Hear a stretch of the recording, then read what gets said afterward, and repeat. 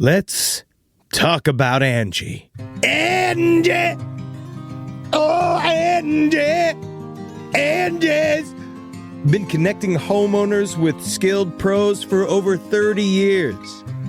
And they've made it easier than ever to tackle home projects. Their nationwide network has experts in everything from plumbing and landscaping to roofing, remodels, and more. You can read verified reviews and request and compare notes to find your best price. So join the millions of homeowners who use Angie to get the job done well. Download the Angie app today or visit ANGI.com. Courage. I learned it from my adoptive mom. Hold my hand. You hold my hand. Learn about adopting a teen from foster care at adoptuskids.org. You can't imagine the reward. Brought to you by Adopt US Kids, the U.S. Department of Health and Human Services, and the Ad Council. There's no place to escape to. This is the last podcast. On the left. From your grave. That's when the cannibalism started. What was that?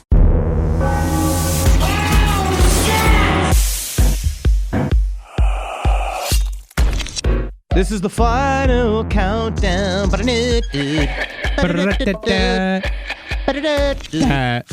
you watch right, that? Yeah, that is the final countdown for people in New York. Did you see your nuclear Holocaust preparedness? Get inside, stay inside, watch media. So we've had a nuclear attack. Doesn't matter how, doesn't matter who did it. We just know that the big one has finally come. Here's how you can survive and help your family to survive the upcoming nuclear holocaust.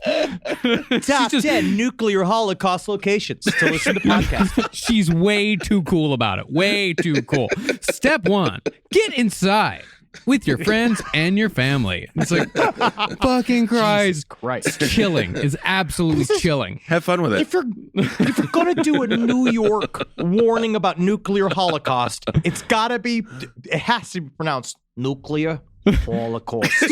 Like, that's the only way for it to be legit. No, and Henry, speaking to your point on 1010 wins this morning, I did hear a woman from Queens describe something as horrible. Horrible. Oh my God, it's horrible. It's so horrible.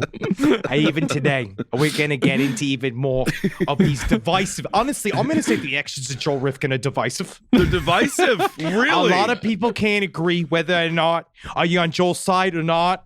Me, personally, I'm against Joel Rifkin only just because I know two other Joels, and they're better than him. Okay. And then I got Joel at the deli, and he always looks at me. I tell him a little thinner. I need it a little thinner, and he always does it. Ooh, I say thinner, and he's thinner. just like this. I was like, paper thin. And he does it paper thin. I was like, I can see through it. And then Joel, the guy who bawled me out my sophomore year in college. But Joel Rifkin's a bad one. I agree with that. Absolutely. I'm happy you got bawled out by a Joel in college. Welcome to Last Podcast on the Left, everyone. I am Ben, hanging out with Henry and hanging out with Marcus. We are on to part 2 of one of Queen's biggest douchebags, which is saying a lot, Joel Rifkin.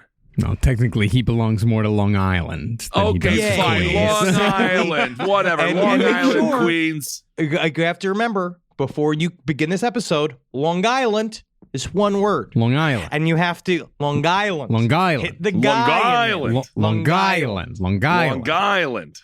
Now, as we mentioned last episode, when discussing Joel Rifkin's childhood, he could easily be compared to Dennis Rader, in that neither of them had any known childhood trauma or abuse, yet still became massive murderous dickheads.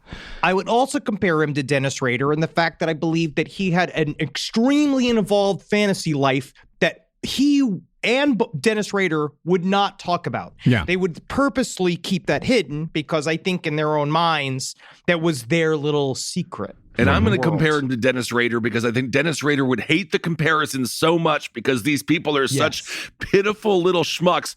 Dennis Rader is like, I'm smarter than him. I could set up a camera by myself well in panties. Dennis, he says, he sends me letters and I'm just like, why don't you go measure some grass, Dennis? Why don't you go catch a fucking dog, Dennis? Oh, Joel! Now, one thing you may have noticed about our show is that we use Dennis Rader quite a bit as a sort of serial killer touchstone. And that's not just because he's the serial killer that I personally find the most fascinating.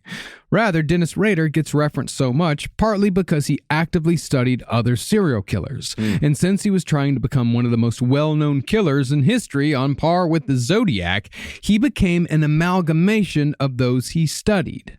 He really is kind of the proto self-aware serial killer. Yeah. And he carried that through with it. I mean, he prided himself on that of like learning and adapting, fade away. He's trying to learn how to do the fade away because he can't jump as much from the center line. Learning a lot about sports, Kissel. Absolutely. Great job. When you get a little bit older, you have to change your technique. And of course, with Dennis Rader, he got a little punny with it when he put his cereal boxes in the back of trucks and said, "Get it? I'm a serial killer." And you know what, Ben, with that, I mean, that is actually, going towards Henry's point is it's postmodern. It's this, he is doing an active comment on serial killing, even though it's fucking stupid and it doesn't really make a lot of sense, but he's still doing this. He's a jerk off and he's a human fucking wedgie. And I hope he dies in his, I hope he dies choking on his own vomit or do whatever. I hope he dies of fucking horrible cancer. Yeah. But yes.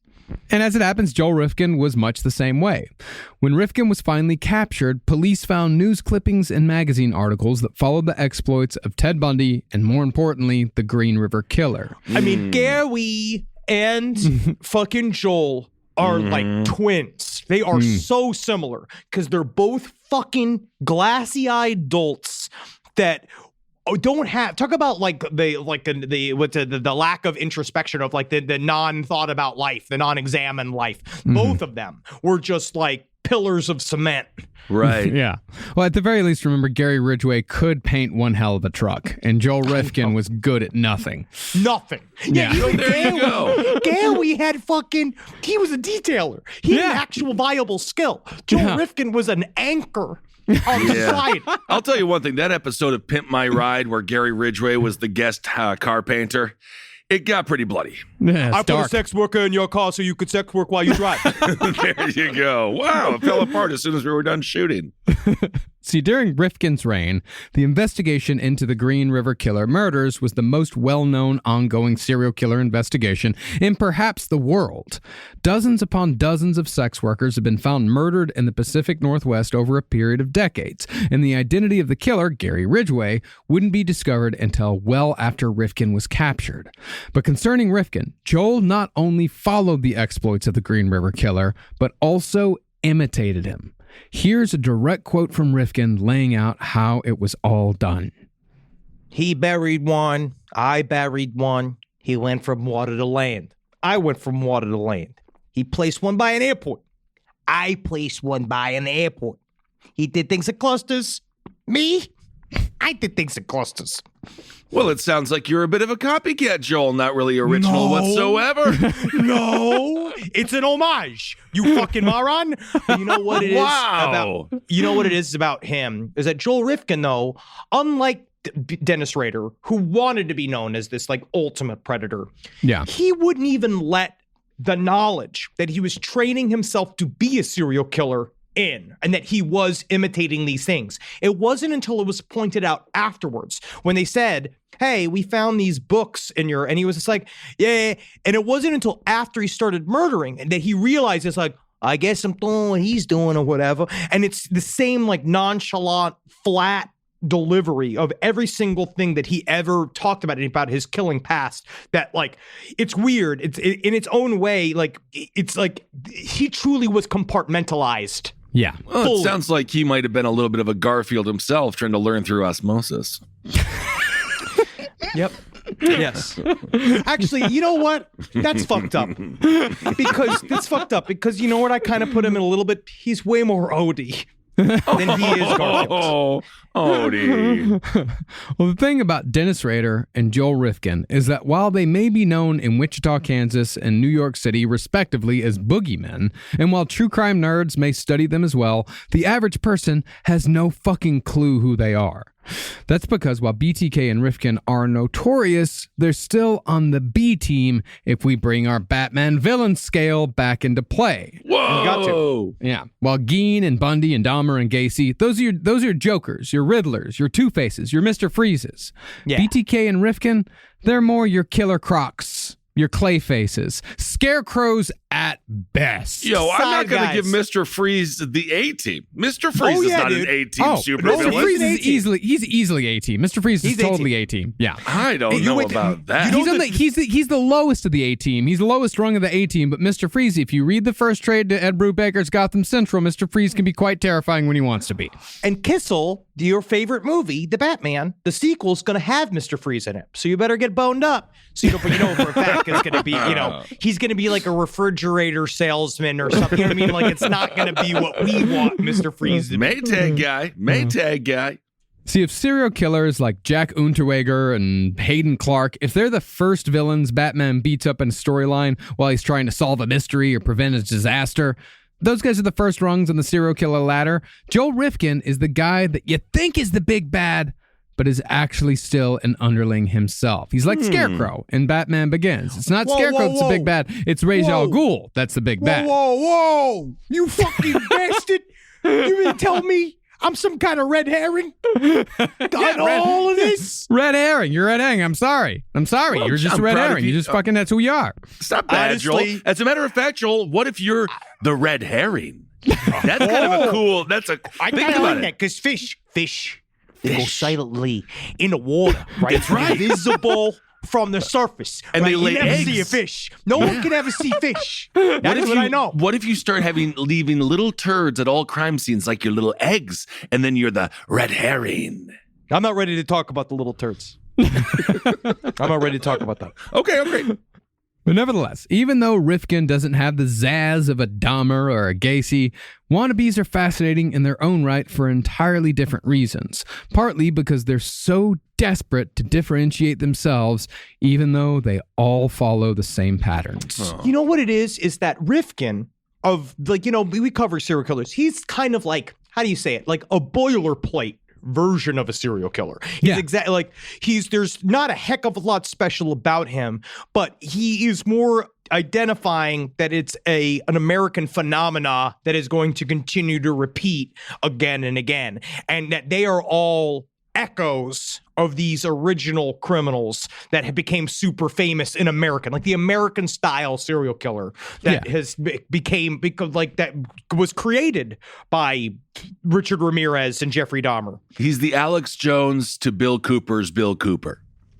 Somewhat, yeah. I mean, He's a dumber the type, copy of a copy. Yeah, I mean, he's a guy, he's that stereotypical when he was arrested, oh my God, he was just the nicest man. He was so quiet. They were such a quiet family. Oh my God. They do that. Oh, they were family. Oh, well, all of the ones. I also love the other book I read. I believe it was called Garden of Bones. It was very bad. Ooh, that's a cool mostly name, involving- though. It was very stupid. Very, very stupid. This doesn't even make any sense. sense. Garden, He he didn't didn't bury- bury any of them. No, I'm just Or saying it's a Garden of cool Graves. Or garden. he called buried Garden of one of Graves. he buried one of them. But that's the thing, Garden of Graves, that doesn't make any Still sense stupid. because he only Garden buried of one, Bones is a and it good was a very name. shallow grave. We'll get to it later, but Jesus fucking Christ. No, but Garden of Bones is what I'm calling my barbecue restaurant. That's a great not name. a true crime book.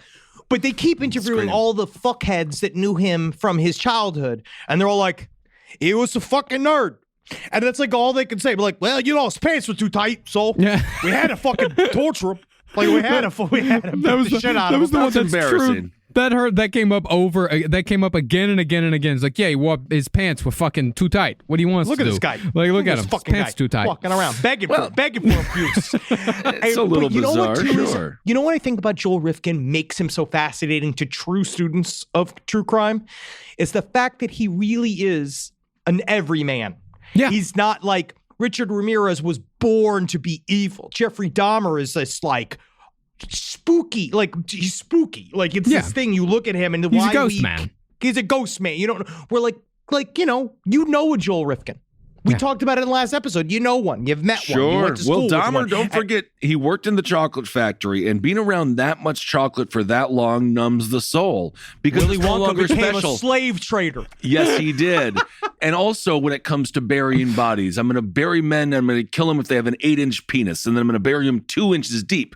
Keep the cock hard. Garden of Bones. What is this? What is this? Where is your imagination? Then I'll take a lawnmower over him. Yes. It's interesting. It's interesting. Yeah, it is. But it's to spend 5 minutes in that old cranium of yours. He's been thinking about that for a while, like since we brought up Garden of Bones. Garden of Bones is fantastic. I mean, it's a horrible restaurant because all the food is gone, but whatever. Well, concerning those repeated patterns, after Rifkin dismembered the second woman he murdered, he took possession of her jewelry as a trophy, as many serial killers do. However, Joel maintained that the jewelry wasn't a trophy, even though he said he kept about 80% of the possessions belonging to the women he killed. It's kind of crazy. I watched this interview with him with this FBI profiler, and he constantly says, like, I don't know. They just said all that shit just ended up in my house. Like, he acts like it's like nonchalant, which is why I think he's hiding something, because obviously there was a deep, dark fantasy life inside of him. And he talks about how the first murder replayed in his head for every day. Like it replayed for 18 months. And he said his first excuse was, well, I had to kill again because then it would stop the videotape in my brain. I could put in a new videotape. Now at least I could watch The Little Mermaid. You know what I mean? I could put something in there. Now I'm watching old fucking episodes of Hogan's Heroes. Oh my goodness. I love those war. Nazi. That is a funny Nazi. But then like he it's really weird. He professes to have no inner life, even though he must. Like it's not an accident that he kept these things. He was fantasizing with them. Of course. I mean, they all do. Was he haunted by the first murder then? Or I think he was sexually excited. Did he literally just get bored? Like when I had Dawn of the Dead stuck in my VCR when I was in college, loved Dawn of the Dead, but I watched it 1,000 times and I was like, I got to get a new thing in here. Yeah. I mean, what he was more haunted by was the fact that sex was no longer doing it for him. You know, and the fact that this was replaying again and again and again in his head told him that, oh, this is what does it for me now. This is my whole thing. And like I said last episode, like it was annoying to him. You know, it was annoying, like he had to take a new medication or something. Like, oh, I can't go out in the sun anymore without putting on sunblock. It's one of those. That's how he looked at it. It's like, oh, this is an annoying thing that I have to do now. Ugh, I gotta kill someone to come. Ugh, what a fucking hassle. Honestly, he sounds like you discussing food, Marcus. I mean, but that's the thing about it. Is like that's how nonchalant he thought of it. You know, it's like, oh, there's this extra fucking thing I got to do now. Ugh. All right. All right. Also, he said in his head, the first time he killed somebody and then killed again, he was like, this is the first successful thing I've ever done in my life. Like, well, I don't know if that's true, Joel. That's what he said. And how do you feel, Bono? Your precious sunglasses. Somebody else beat the fucking shit out of you right there, huh? The Mother Teresa of musicians, a scam artist to the core. Scam. Concerning what else Joel Rifkin may have done to the bodies, it was suspected, if not downright assumed, that he had followed in the footsteps of his hero, Ted Bundy, who we cannot stress enough was a disgusting necrophiliac. Yeah. But when Joel Rifkin was asked point blank if he had engaged in necrophilia at any time, he said that while he had considered it, he never went through with it. This is Which is how you know he did it. You know he did it. Well, yeah, I considered it. What are we talking about? Listen to it direct. This is a direct quote. Yeah. Henry's going to read this quote. Please judge for yourself. I think Henry might be right on the money on this one. You know, I just remember looking down at her and thinking about it. I'm looking at her and I'm like, nah. That's it.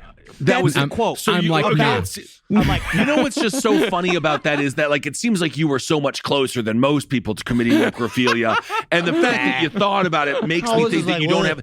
As soon as this whole time, I'm like, whoa. And he's like, ugh. It's just like, now you're all dead here. Weird.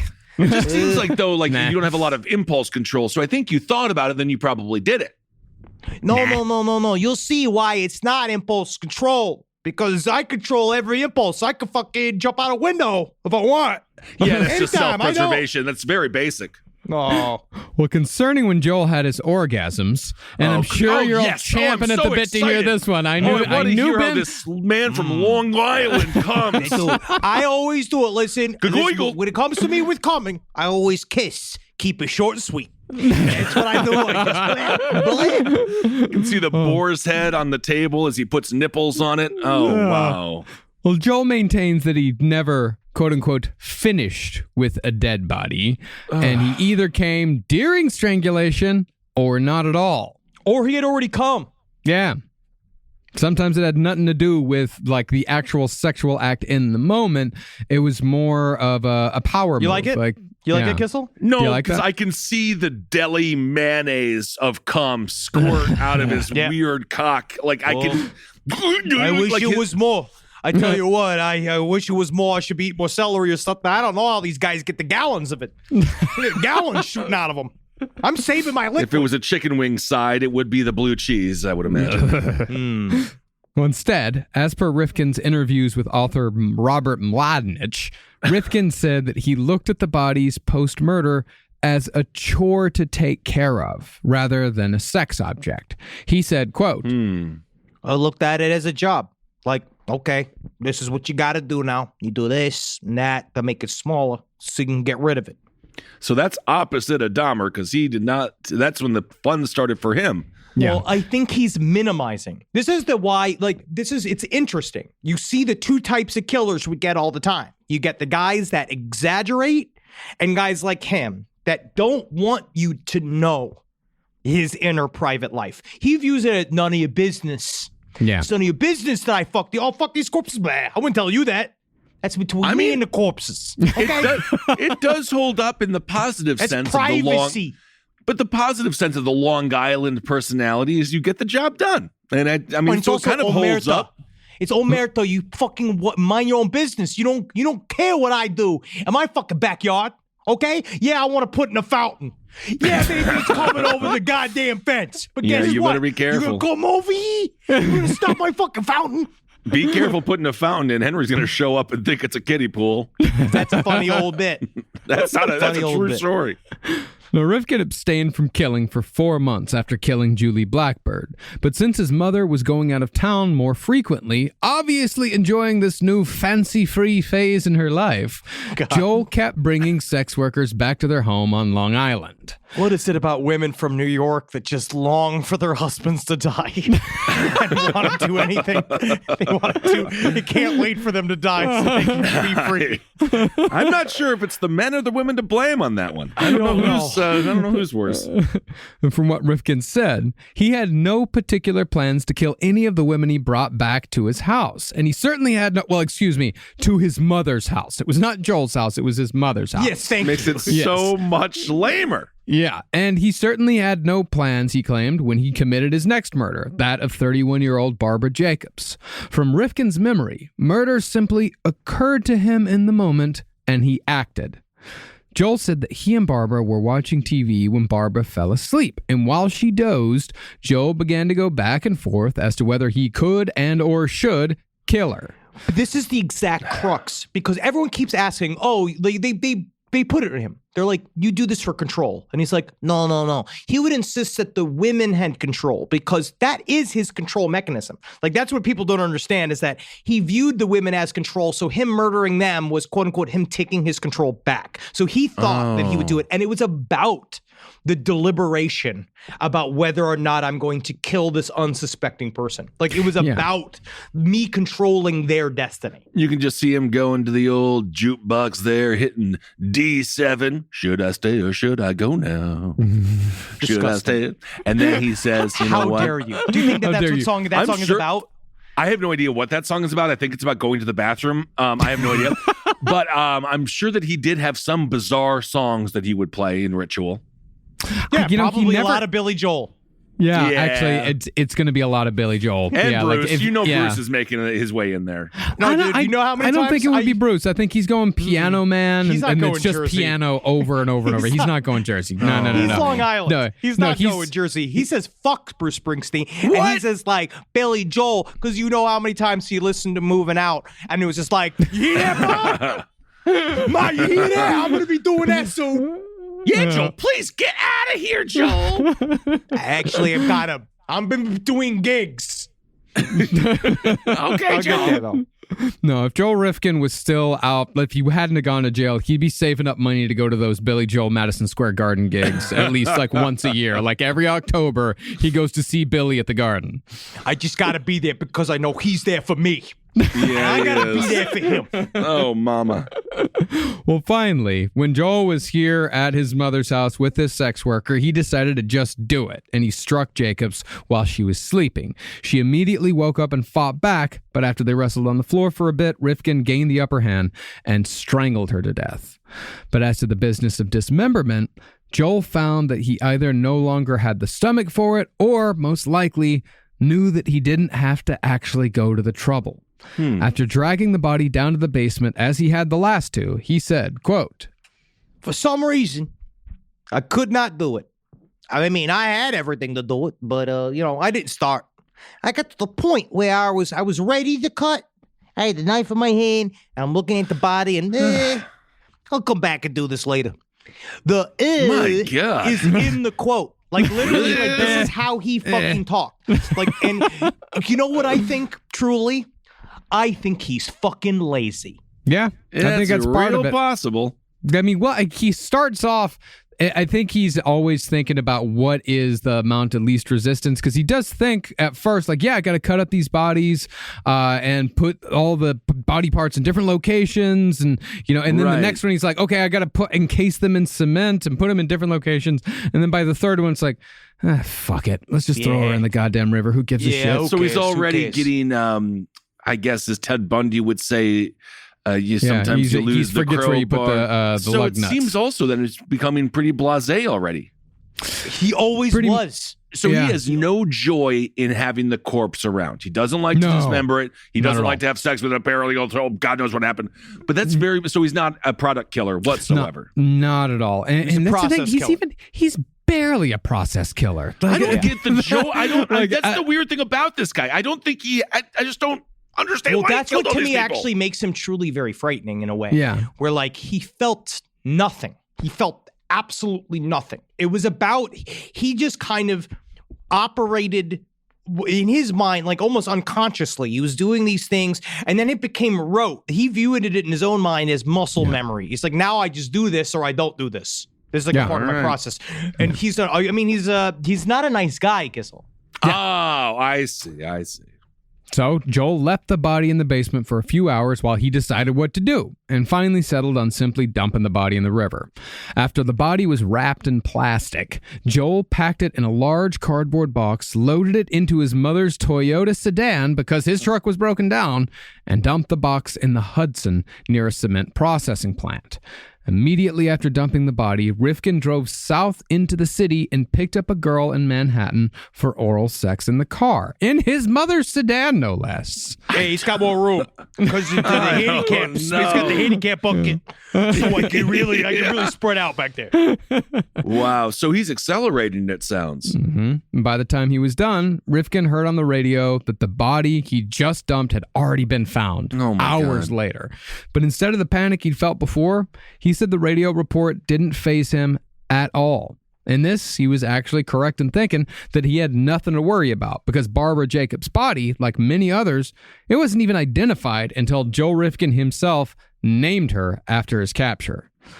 Now, going back to Henry's observation that Joel Rifkin only preyed on the most invisible women, the ones closest to the end of the road, I think that the murder of Barbara Jacobs reinforces that opinion. See, Rifkin said that he kept bringing women back to his Long Island home for months after Julie Blackbird, but he didn't kill any of them, despite the fact that he killed the first two women who had stepped foot into his mother's house. Boom, 1, 2. I think that Joel was basically interviewing these women that he brought back afterwards to see how far removed from society they really were. And when he met Jacobs, someone who had no real ties, he struck, knowing that the likelihood of mere identification, much less capture, was extremely low.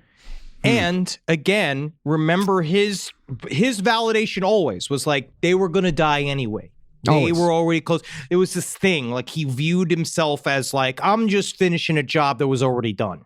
And he's a fucking parasite. Right. Yeah, he's like, he views himself as a guy that's walking around a food court eating other people's half-eaten meals. Like, they're just going to be thrown away anyway, so, fuck it. What does it matter? That's how he thinks of it, at least. Okay. Now, on the night of Joel's next murder, about a month and a half later, he said that the urge to kill wasn't particularly strong, and that he was more interested that night in what he called window shopping. In Joel's world, window shopping meant spending his night driving around and chatting with sex workers, basically wasting their time. Yes, it's called wasting people's time. Sometimes he'd hire them on nights like this, and sometimes he wouldn't. Most of the time, he wouldn't. I was addicted to the night. Yeah. And I was up there, and I look at that moon up there, and I said, oh, that looks like a big rock. And I love the night because that's when, you go out there and everything's dark. Yeah, it is. It's fun in a way. It's like you're surprised by your own eyeballs. I love the nighttime because I have astigmatism. And I really can't see a lot as soon as it gets about 7 p.m. Right.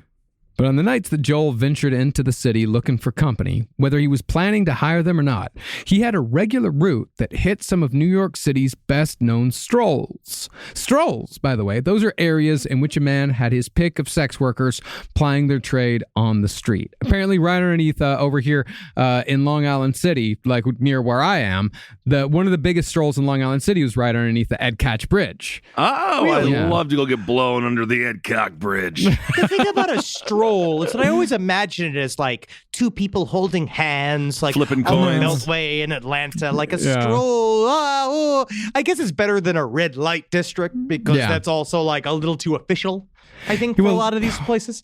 Well, a red light district is, it's a place with stores and people and businesses. Like strolls, from what it sounds like with strolls, like they're empty lots. They're out of the way places. They're places where nobody else goes. They're just kind of night after night taken over by this, I guess you'd call the soft white underbelly. Can we actually change it from stroll to trudge? That it's a trudge go out there? Yeah. I believe that to be true. Well, let's take a bit of a ride along with Joel Rifkin on an average night of window shopping. Oh, awesome. I'm so excited to be in this car with you. in Allentown. Yeah. Ain't Nick closing all the factories down? Yeah, Billy. I can't believe they're shutting it down. They're shutting it down and no one can work anymore. Nobody wants to work. Can you roll down the window, man? It smells real bad in this car. It smells like you killed a woman. No, that's my juke. Don't worry about that. That's your you're wearing juke. Okay.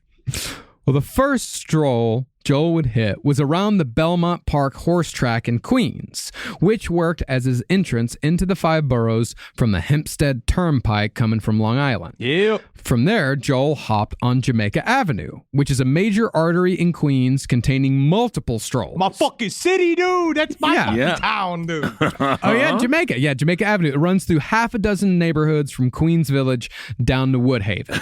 You know what made me pissed? As I looked up a thing that has the famous person from the most famous person from any city. Fucking Woodhaven, #1 famous person. Who? Donald Trump's fucking father. Yeah. Oh, yeah. Interesting. It wasn't this the. Is where he's it wasn't from. He's the Queen's trash. It wasn't the White Clumps, aka the Zabrowski family. No. Yeah, no. I'm always gonna have to contend with the fact that from my fucking home county, Haskell County, it's always gonna be Rick Perry. Always. Oh, that doesn't count. Christ. He's a douche. That doesn't work. Nah. My Stevens Point, Wisconsin, I got RoboCop. Yeah, Peter Weller. Peter yeah. Weller. Peter Weller. He's always gonna be #1. You don't mind losing to Peter Weller. I that's have to lose to RoboCop. Peter Weller. Yeah, I mean, he's RoboCop. He shot a bunch of dicks off. Yeah. Well, at Woodhaven, though, Jamaica Avenue meets Atlantic Avenue, which bisects the Brooklyn neighborhoods of Bed-Stuy and Crown Heights, where Joel found even more strolls on this particular 5-mile stretch. If nobody satisfied Joel in Brooklyn, at the end of Atlantic Avenue, or at least near the end of Atlantic Avenue, he'd take Flatbush Avenue north to the BQE. Yeah. BQE, baby. All right, Henry, none of this is a compliment to you. These are roads, most of which have massive potholes and are difficult to navigate. Yeah, Atlantic Avenue is the worst fucking street to drive down in New York City. It's awful. I hate Atlantic Avenue. I love it. That's my fucking No, you city, don't. dude. You don't even love it. You're a high I lived over there. I lived over there fucking in Bed-Stuy off of Atlantic Avenue for 5 fucking years. You didn't live over there. You didn't I live didn't want there. to. I didn't want to because I grew up there and I knew what it was like. But you know, this is the thing is you guys never been to see, again, Billy Joel at MSG because he breaks down when he's doing New York State of Mind. He calls out all the counties and places from like in Queens and Brooklyn and everyone just goes, oh, that's where I'm from. I'm from Howard Beach. Man, you really can't get that Queens trash out of the Queens boy. I'm not wearing any clothes right now. We know. Well, out of downtown Brooklyn, Joel would get on the BQE. He'd take it up north to the Williamsburg Bridge. Oh. He'd take the Williamsburg Bridge across directly into Manhattan, which is where the majority of the women he murdered were picked up. You know what, Henry? I actually have to apologize because as soon as Marcus said Williamsburg Bridge, I was like, now that's my town. I was there 15 years, Williamsburg Bridge. I used to bike on, never bike. I used to walk over it. You used to look at it from an Uber. I used to look at it. All right, I get it. Now there's a little pride that goes with it. Oh, yeah, man. Yeah, we already went through we went past Bed-Stuy. Bed-Stuy, that was mine. Yeah. But it's the thing. Once he got into Manhattan, there was a whole new network of strolls to go past. He'd start in the Lower East Side near the foot of the bridge at a stroll on Allen and Forsyth, right there where the Lower East Side starts turning into Chinatown. Then, if he didn't see anything like there, he'd turn north to 42nd Street and find a stroll a couple of avenues away from Times Square, near Port Authority. Oh, It's getting real dark now. Yes, it's real dark. Yeah. And finally, he'd loop back south near the Javits Convention Center on the west side, which that's where Comic-Con is every year. I didn't know Javits Center used to be like a huge stroll for sex workers. Oh, that's where you used to get fucking shot in the head, dude. Like it's all of these places were really, really rough during this time period. And he'd do this same circle every night. Yeah. Wow. Well, not So they had necessarily like a every night, circuit. but as many nights. When he had gas money, he'd fucking do it. It's this huge circuit. Then after Javits Center, he'd cut back down Manhattan, and then he'd go back to the East Village across 1st and 2nd Avenues for a couple of more strolls. And finally, if he found no one of interest or no one within his meager price range, he'd hit the Jamaica Avenue stroll in Queens one last time before heading home. This entire trip, he Jesus. said, like this entire circuit, be about 4 hours. I was going to say that takes forever. Well, it's how he spent his whole night. He's doing it in the middle of the night. There's no traffic at that time, so that's around. You could probably make that full circuit, not stopping in I don't know, an hour and a half, like probably an hour and a half. But he's stopping a lot. Isn't the term edging or gooning like there's a term about like you build yourself up to Gooning? just being hard for Edging. a long period of time, and like that's what he'd do. Like that's kind of what he would do, and he was just as into the interview stage. We talked about this. It was weird. Of all of the killers, it's really never been about the sex. It's about he felt like he was a known quantity in all of these places where everybody else, he was just an annoying fuck. Like they just looked at him. Everybody hated him in his direct area, but then he'd show up there and he'd be big man on campus. Sure. Well, I mean, I would argue know. that not Actually, I everyone also did don't hate him. People like because there's so many people that like every once in a while he'd connect with someone because there was no shortage of people that would say like, yeah, I knew Joel. He was fine. Nice. Like, he's fine. Yeah, he was fine. Yeah, I fucked Joel. a couple of times. I blew Joel a couple of times. Fine. Yeah, he's fine. Whoa, fun guy. Whoa, Mr. Anderson. Yeah. I used to fuck him all the time. He was fine. He's a good guy. He's a good guy. Yeah. Well, for that stroll, that's over on the east side. That's 53rd and 3rd. Oh, that's a okay. whole That's where the different- Ramones were. Yeah, that's where Dee Dee was. That's where Robert Mapplethorpe was a time or two when he was in his phase. There's a lot of stuff going on at 53rd and 3rd, but that's also in the 70s. It's a whole different time period. Fantastic. But even though the Queen stroll was Joel Rifkin's, sorry, Henry, it was his least favorite stroll. The Queen what are you stroll gonna was his do? least favorite. What are you going to do? It was here on September 1st, 1991, that Joel picked up the next woman he would murder, Mary Ellen DeLuca.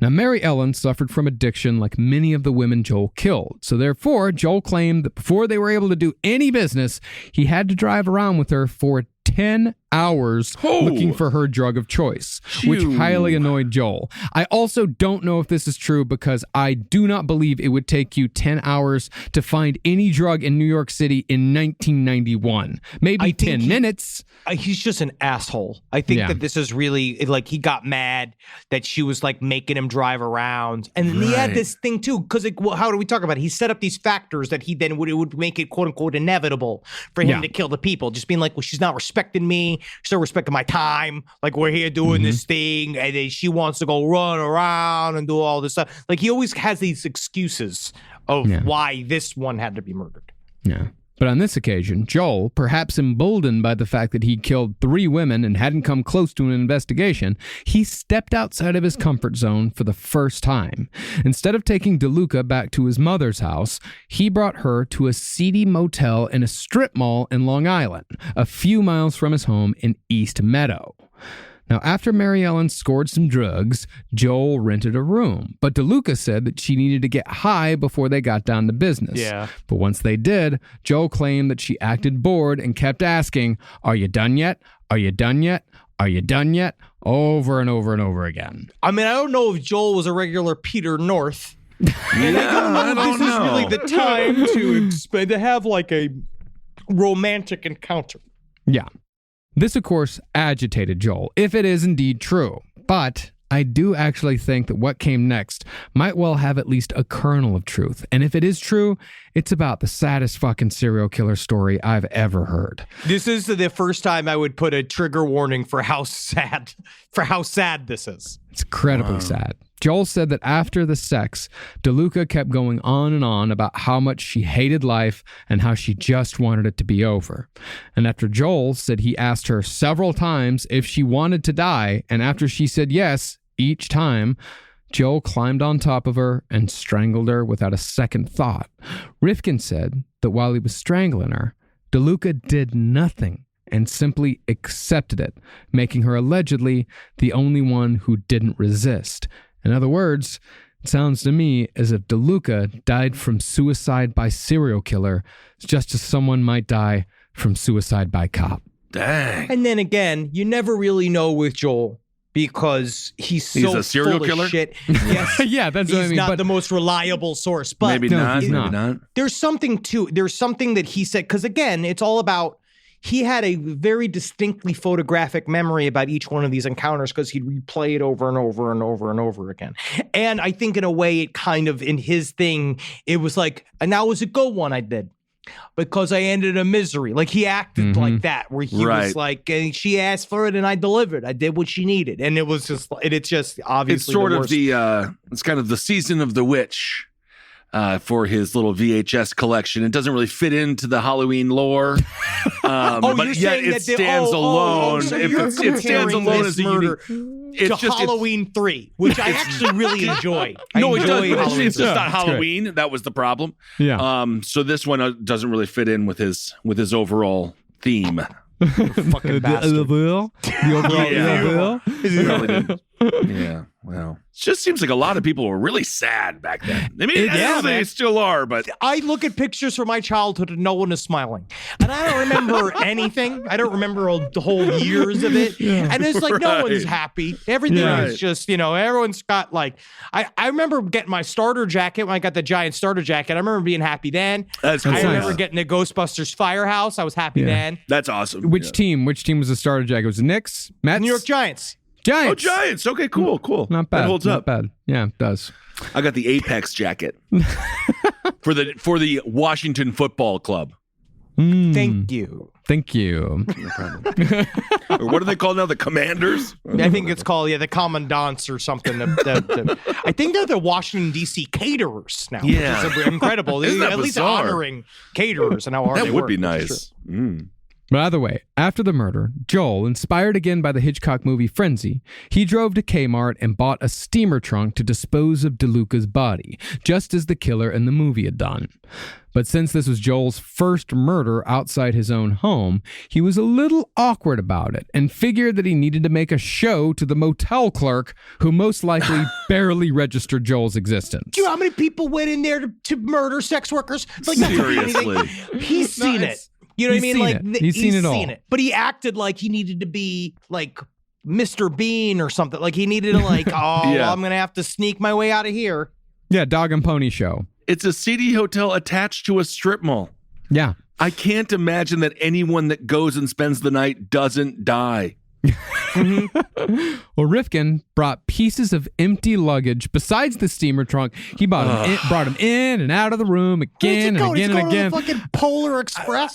Why is he bringing trunks of luggage like he's Madame Blavatsky traveling from fucking India to the United States? He's bringing in suitcases. He's bringing in backpacks, just like back and forth. I guess he's trying to confuse I the got my clerk. suit bags and my trombone case. And finally, like in the middle of all this, like to mix up, he brings the steamer trunk with the body inside past the front desk. He then goes back and has a whole conversation with the clerk about, I'm just moving some stuff upstate. You know me. That's what I'm doing. I gotta go up to be. I'm actually the new DA.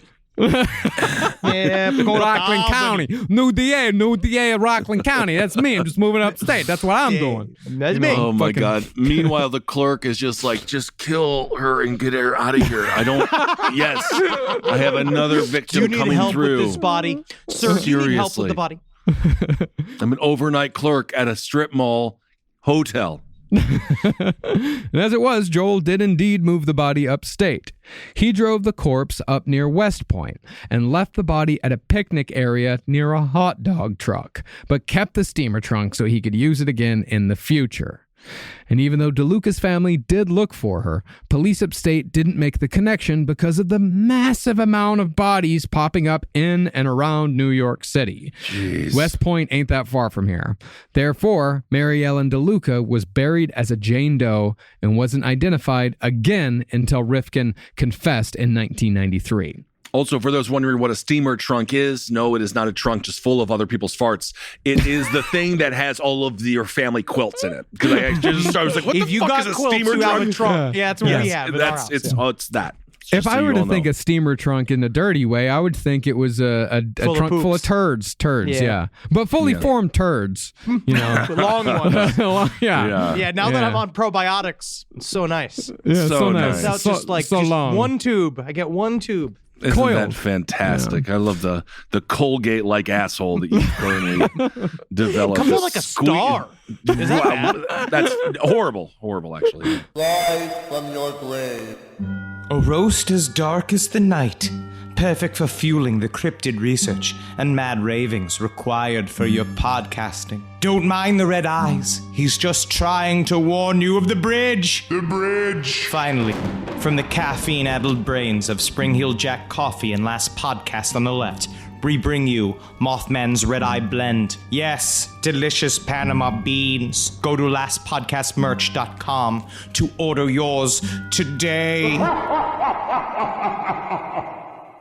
This podcast is brought to you by Squarespace. Squarespace is an all-in-one website platform that helps you stand out online. Yes, that's right. You don't have to smash your face with a hammer. You can just start a business. It's got everything you need on Squarespace, from securing your domain to building a professional site and showcasing your work all in one place. Let's say you want to show everybody how you can carve your ribs out of your lower abdomen so that you look more like a Ken doll. That's amazing. You can bring your vision to life with AI-powered design or curated templates, plus flexible editing tools that helps you create something that truly reflects your style, especially if you are somebody that is trying to corrupt the young men of America. That's what Squarespace is really going to help you. Squarespace makes it easy. It makes it easy for you to put all that together, and you just go to Squarespace and do it all. Thanks, Braden. Head to squarespace.com/left for a free trial. And when you're ready to launch, use offer code LEFT to save 10% off your first purchase of a website or domain. Hey there, everybody. Is your cell phone bill too much money? Are you getting that bill and you're like, hey, what is this? I can't believe for what? For 5G? Are you crazy right now? $100? I don't even barely got any bars when I'm just sitting in my living room, okay? You don't have to deal with that anymore. Are you ready for this? $15 a month. That's right, $15 $15 a month on Mint Mobile. Yeah, baby. Get their wireless plan because they're just sitting there on the T-Mobile 5G network and it's just $15. Your whole life, you're just paying all this money every month. You're like, why? Where's it going? It's going to these phone companies that are robbing you. So go to Mint Mobile. Let them help you talk to your mom. So get your new wireless plan for just $15 a month. Go to mintmobile.com/LPOTL. That's mintmobile.com/LPOTL. Cut your wireless bill to $15 a month at mintmobile.com/LPOTL. That's it. There's no catch. Upfront payment of $45 for 3 months, $90 for 6 months, $180 for 12 months. Plan required, $15 per month equivalent. Taxes and fees extra. Initial plan term only. Greater than 50 gigabytes may slow when the network is busy. Includes up to 20 gigabytes hotspot. Capable device required. Availability, speed, and coverage varies. See mintmobile.com. Courage. I learned it from my adoptive mom. Hold my hand. You hold my hand. Learn about adopting a teen from foster care at adoptuskids.org. You can't imagine the reward. Brought to you by Adopt US Kids, the U.S. Department of Health and Human Services, and the Ad Council. Now, concerning Joel's quote-unquote urge to kill, he downplayed everything about it, saying that it was a small percentage of his daily life. Particularly, he said, quote, "Hey, there's no transmorphing into a werewolf or anything like that. Like the psychs and the prosecutors want to portray. To use a cliche, it was kind of like a bolt of lightning or whatever. It was that element. I mean, it's just random choice."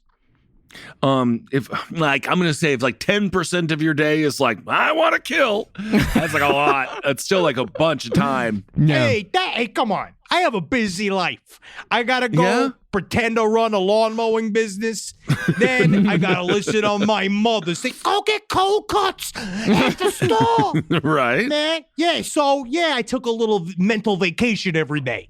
So now you're gonna sue me? You're gonna fucking arrest me because I'm taking a little vacation? It was the murders. It's mostly the murders.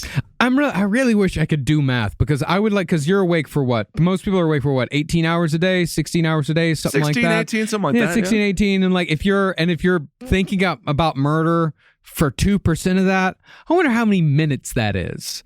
Okay, 18 times 60, 1,080. I don't think this is going to work, Henry. I think it works. 108 minutes a day. So that's a lot of time. One too long horror movie is your life. Okay. Now, while Joel maintains that staving off the urge to murder wasn't that big of a deal during the first 5 murders, the urge increased exponentially with each one, as it often does with serial killers. It's the law of diminishing returns. In fact, Joel actually gave himself credit for not murdering anyone in the weeks after DeLuca's death, even though he really, really wanted to. Somebody give me credit. Come on. Come on. This is back in the day, because I knew, like those Snackwell's cookies, man. They're diet cookies, but I'll eat a whole sleeve in one go. And I think it's a lot of styrofoam. I think that's where microplastic started. But as he later said, his willpower would eventually wane, and he compared his eventual weakening to something as mundane as breaking a New Year's resolution. He said, quote, "Resolutions with the full intention of like, yes, this here is my last cigarette, or I'm going to exercise every day." And you exercise for about 2 weeks, 3 weeks, and then you stop. You find an excuse, and you start again for 1 or 2 more days. That's how he saw serial killing. That's how it is. That's just how it is. I see. You know what I mean? It's like, I got to fucking cut down on my candy intake, but next thing I know, I'm killing another woman. Yeah, named Candy, perhaps. Yeah, I don't think that these things are really equivalent. No, I feel like, if you accidentally have a cigarette and he's full of shit. I see. But the more that Joel murdered, the easier it was to commit the act. And the next victim, Yoon Lee, was actually someone that Joel sort of knew and had visited multiple times. This murder, Joel said, was the only one he regretted because he actually liked her. But that's the thing. I don't think that he regretted killing her because he liked her. I think he regretted killing her because he couldn't go to her anymore. He couldn't pay her for he's a sex fucking anymore idiot and because didn't she's realize. dead. Yes. Now, Joel said that they first drove to a parking lot to do business, but when Joel couldn't get an erection, he blamed it on there being too many people around with too much happening. There's too many, I can't get hard. There's too many people. Get hard. When Marcus says business, of course, this was the invention of Krispy Kreme. And what they were able to do with the donut to make it the so first soft. investors meeting. Yes. But when they went to a different location to no avail when it came to an erection, Joel strangled Lee simply because he was agitated. Yeah, he said also, he didn't blame me. He's like, well, I had gotten a blowjob 2 hours before. Yeah. And he couldn't do it. But then it's also weird. He also said this is weird. He said when he was strangling her, she said, and this is real, she mouthed, "You're making a big mistake. This is a big mistake." And in his mind, he was like, maybe it's because she liked me. That was like his response. So it was like, maybe it's because she was so sad about losing me, her favorite customer. Oh my God, Joel. I don't think that's the case, buddy. I'm a good customer. I don't know if that's true. It seems like you're strangling this woman. Every Dunkin' in the tri-state area knows me. You know what I like? I like tuna. I don't like any of the bread. I just like a cup of it. You get and tuna like from nice a Dunkin' Donut. Cup of coffee with it. You get the Dunkin' Donuts tuna? Oh yeah, buddy. Tuna and hot coffee. That's what I call that the lieutenant special. That is absolutely disgusting. Well, after killing Yoon, that's the worst fucking. Can you imagine sitting down? Can you imagine sitting down on the train next to a guy who has a fucking cup of tuna and hot coffee? The hottest coffee. Well, after killing Yoon Lee, he drove the body back to East Meadow, still lying in the passenger seat, to a lot Joel had rented. See, even though Joel had been having a bear of a time finding a job following his firing from Record World, he had tried to start a landscaping business of a sort. Once you own 4 lawnmowers, the business begins itself. And then it turns out it doesn't. Because he was very bad. I don't know if you guys guessed that he might be extremely bad at running a business. At lawn care? Yeah, I can see that not working out for him. Because it's incredibly difficult work. It's hard work. Yeah. You can't just be a lazy fuck and do the work. He just didn't show up. He just wouldn't show up to mow people's fucking lawns. That's what the guy from the New York Ska Jazz Ensemble said, is that they hired him, he just wouldn't come up. He go there, I was like, excuse me, I'm sorry, let me put the trumpet down, because it's so important. I just wanted to show you again, that's what I do. Look at my shirt. He actually is also wearing the shirt. He's wearing the shirt. That's my favorite part, is he wore the New York Ska Jazz Ensemble shirt during the interview. You just got to make sure you fucking pump it. Always be pumping. Always be hustling, bro. No press, bad press. My thing is, I wish Joel could learn the lesson that Scott teaches us all. If you don't show up, nobody's gonna skank for you. Absolutely not. You gotta be the skank in your group. You gotta stop the skanking. But nevertheless, Joel found a way to turn the lot that was supposed to be for a career into something for his hobby. See, the lot had a storage shed, which was where Joel had stored the steamer trunk he'd used to transport the body of Mary Ellen DeLuca. Once Joel arrived at the shed, he put the steamer trunk into the bed, carried Yoon Lee's body from the front seat, placed it in the trunk, and drove it to a rocky hillside in the South Bronx. There, Joel tossed the trunk into the Harlem River near what was then the Triborough Bridge, but is now the RFK, even though everyone still calls it the fucking Triborough Bridge. Because it is the Triborough Bridge. It always fucking will be the Triborough Bridge. Always will be. You know, there's still one sign that I know some asshole just refuses to replace. There's one sign that still says Triborough Bridge. Absolutely. RFK. I never like bridges that are named after people who died in tragedy. It just seems like a bad omen. But I don't know. Would just be successful people. Yeah. Like, I'm gonna have a real hard time if we ever have like a Kobe Bryant bridge. You know what I mean? Like, it needs to be somebody who died in his sleep at 99. You know? Yeah, absolutely. I'm starting to think this old guy, the old chimney sweep fella there, he's 98. He's got a young girlfriend. She's 70. What's the name of that dude? You got the old skeleton teeth. He's still around. Guy, I could just, from your Bud Light description of Dick Van Dyke. Dick Van Dyke. I just can't. Wow.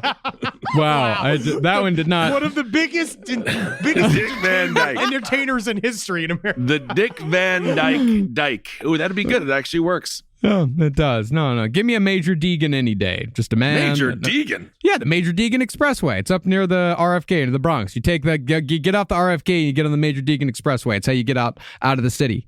Get upstate. Well, we need the Betty White Desalinization Center. Oh, that would be great. Get the salt out. Get the salt out. Well, pretty soon, though, Lee's body came free from the trunk and floated downstream, where it was fished out of the water between East 123rd Street and Randall's Island, not too far from the dumping site. Now, after Lee, the gloves were off when it came to how casually Rifkin killed women. Where his first few murders were remembered in detail, Joel doesn't even remember the name of the sixth woman he killed, picked up at the stroll near Port Authority on 46th and 8th. Number 6, as she's still known today, was killed quickly and without even the pretension of provocation, and her body was stored in the landscaping lot under a tarp for later disposal. After Joel went home and took a nap, he returned that afternoon to stuff the corpse into a 55-gallon drum from a recycling plant, which was the method that would supplant his previous disposal MO for the next few murders. I mean, he acts like me after eating too much barbecue. He just goes to take a nap and just like nothing. Like, I didn't just murder this woman. I'll take care of it later. He feels nothing. He really feels nothing. Yeah, really, I bet that's a pretty that's a pretty astute observation, because he sees it with the same weight as I'll do the dishes in the morning. I am actually, and especially now I realize, especially after watching that interview with him, with the FBI guy, I think he did it for the fantasy. Like, it's the opposite. It's like he doesn't do it to have the body. He doesn't do it because he loves the act of murder necessarily. I think he does love the act of murder, and he doesn't like to talk about it too much. I think he likes the power he gets. He must. I think he likes it for the video play afterwards in his brain. Well, he likes it because he's a man who kills. Like, he likes being, he just likes. I'm that guy. I'm that guy. Yeah, I'm a murderer. It's like, you people don't know this about me. I'm a murderer. I kill people. I'm a crazy you can guy. fuck with me all you want, but what you don't know is that I could kill you at any moment because I've killed somebody else. But well, I don't think you could kill me. I'm a grown man. It doesn't seem like you he really can't kill you. No, he can only kill upon very people. sick. He literally only kill a very sick woman very late at night.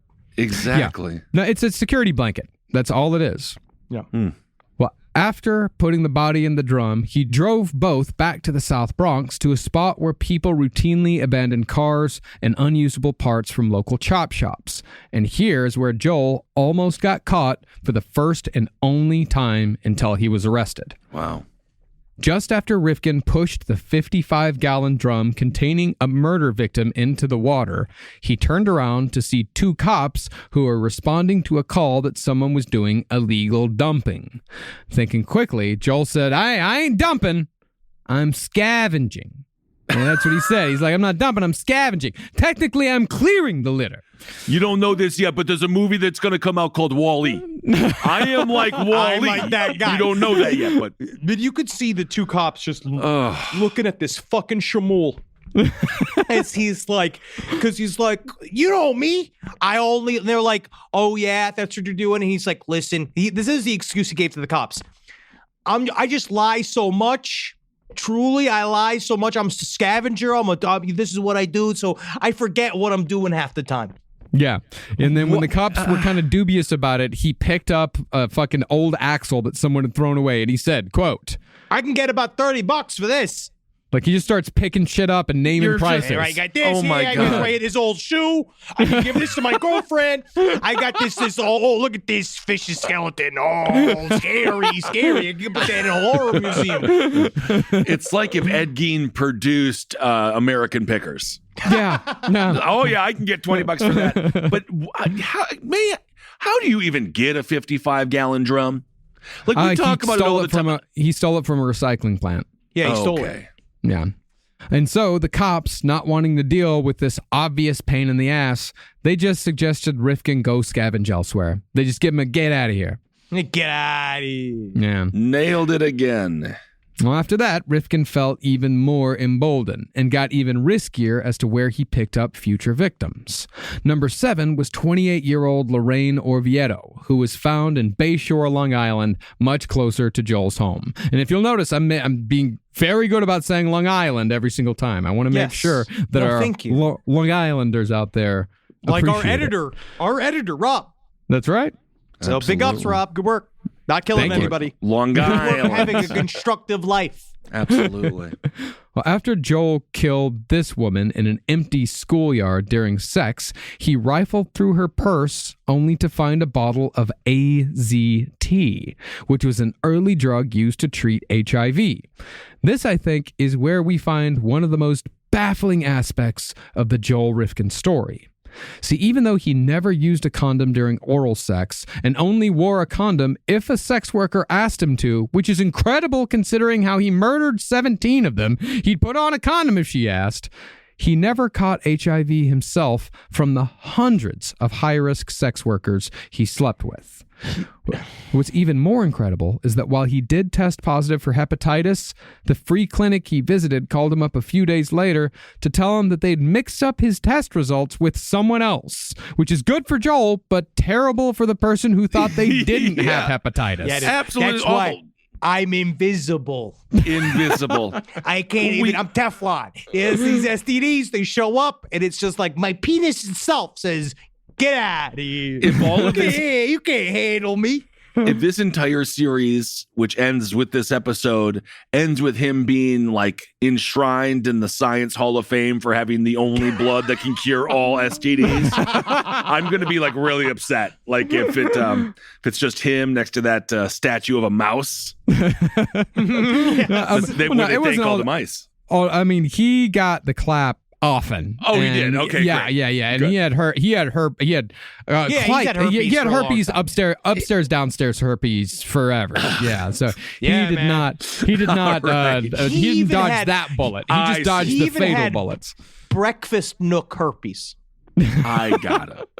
But regardless of Joel Rifkin's undeserved breakfast nook herpes, what the fuck is that? All the way, every nook and cranny. Oh, yeah, like Lindsey Graham and his ladybugs. But regardless of Joel Rifkin's undeserved luck, he disposed of both Lorraine Orvieto's and the body of the next woman he killed using those same 55-gallon oil drums, and he dumped both near Coney Island. So he's dumping bodies everywhere. He's dumping them in Coney Island. He's dumping them upstate. He's dumping them in the South Bronx. He's throwing them off of the fucking, in the East River. Like, that's part of what makes it so difficult for the cops to see, like, oh, there's a serial killer here, because he's just it's all over the city. It's all over the city. And even outside of the city. And in Jersey. Like, it's fucking everywhere. And there's already so many murders a year. Yeah. Like, it's all blending together. And this is like when he's fully in his aggressive, like, berserk mode, where he's just going out every night and doing it in real quick succession.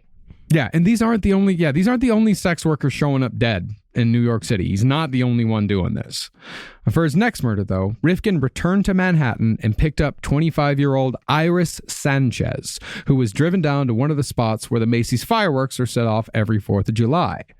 And after the subsequent murder, Rifkin started driving back to East Meadow with the body, but instead of taking her all the way, Joel decided to emulate the Green River Killer and dump the body near the airport, in this case, JFK. Ugh. After driving... Was it an just because you don't like JFK, or an because he He's a was emulating the Green River Killer? Copycat. Also, Copycat. Rule applies. RFK, JFK, no. Also, no airports. That's why I prefer. That's why I prefer LaGuardia, because the mayor. He's a good mayor. A real mayor. After driving into a vacant lot, Rifkin found a discarded mattress and simply hid the body underneath and just left it there. Oh my God. When he got home, though, he was met with quite an irate mother. All of you think that the cops are scary, or what I do scary? You ain't never met Mrs. Rifkin. Yeah. Oh, you better not. I mean, I once used the doily to call, like, I had to go clean up all his blood, right? I used his doily to do it. The good doily. My mother, she wouldn't even let it go. She's like, where's my doily? I was just like, Ma, it doesn't even protect the table. Apparently, Joel had ditched a shift at a liquor store where he'd been hired part-time, and his boss had been calling because it was a particularly busy Mother's Day weekend, which seems odd because I've never thought of Mother's Day as a hard liquor holiday. You never had a mom from Long Island. Yeah. I suppose so. We can't keep this Franzia in stock. And it's God damn it, is it Mother's Day weekend or something? I forgot also to mention, and speaking of jobs, you know that Baba Booey said he worked with Joel Rifkin. Yeah. What? At the record store. Baba Booey. Yeah. Wow, from The the Record Stern World. show there. But regardless, when Joel went to finish out the shift at the liquor store after a long night of murder, he did so with a ring, a watch, and a bracelet taken from Iris Sanchez's corpse, stuffed in his pocket. Wow. Perhaps the most incredible fact of this entire tale, though, is that while it seems like Iris's body would be found immediately, it stayed in that vacant lot under that mattress for well over a year. Until Joel Rifkin led police to the dumping site himself. We don't know, no, Officer Pastrami. We don't want to look under that mattress that obviously looks like it has a corpse underneath. Because Hey, now that mattress, the body of the that corpse. mattress. Yeah, You see that mattress right there? That's 12 hours of paperwork. yeah. Leave the mattress. Leave it there. Jesus. No, that's still the fucking deal in New York City. They will, if you try to report a crime to a cop, he will actively try to get you to not report it so he doesn't have to do the fucking paperwork. I mean, It's to be like the honest, he's insurance going to company. actively make. He's going to actively want to make you to. He's going to make you confess to the crime. Yes. Because then You he'll do just it? put. You did you do it then? So you must have done it then. It seems like you have a lot of information on this crime. No, I was. It's interesting. It happened to me. Interesting. I am the one that received the crime. No, I seem to always know a lot remember about this crime. When I got knockout gamed and I went to the cops and the two kids that beat me up, I went up and I told the cops that I got punched in the back of the head, and the cop was like, "You know how it is with these kids. If they're not fucking, they're beating the shit out of people." Thank you. I was like, "That's it." That was it. Thank you. Just the worst is where the cop is like, I could see why they would do that to you. Look at you. Now let's Wait think a second, about that for a second. Turn around. And then he goes, and the other guy grabs his arm, and he's just like, I'm sorry. It was an actual impulse. But concerning Iris Sanchez, Rifkin said that while he murdered her with what he considered to be a fair amount of skill, he still maintained that he killed her, quote, efficiently by accident. See, Rifkin, true to form, couldn't even feel good about himself as a serial killer and complained that sometimes it was too hard. I'm going to fucking kill this man. You know what it is about this little bitch? Is that, you know what he wanted? I really do believe this. He kept saying, like, I was never really good at it. And I think that what he literally wanted was for Mladenovich being going like, no, I think you were really good, Joel. I think that he wanted to hear, like, no, Joel, you're one of the best. So he could be like, But no one would give him that, would they?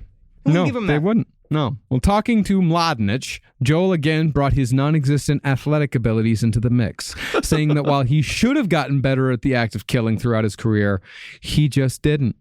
He then went on to compare himself to Tiger Woods, who had recently come out of a slump at the time of Joel's interview. Rifkin said that when Woods went into a slump... Golf is mental. Wait, no, there's nothing. You have nothing in common with Tiger Woods. Absolutely nothing. No. We both had very inspiring fathers. Nike would have dropped my sponsorship by now. Oh, that is true. Yeah. Rifkin said that when Woods went into his slump, Tiger spent 2 years practicing his swing over and over again until he returned to form.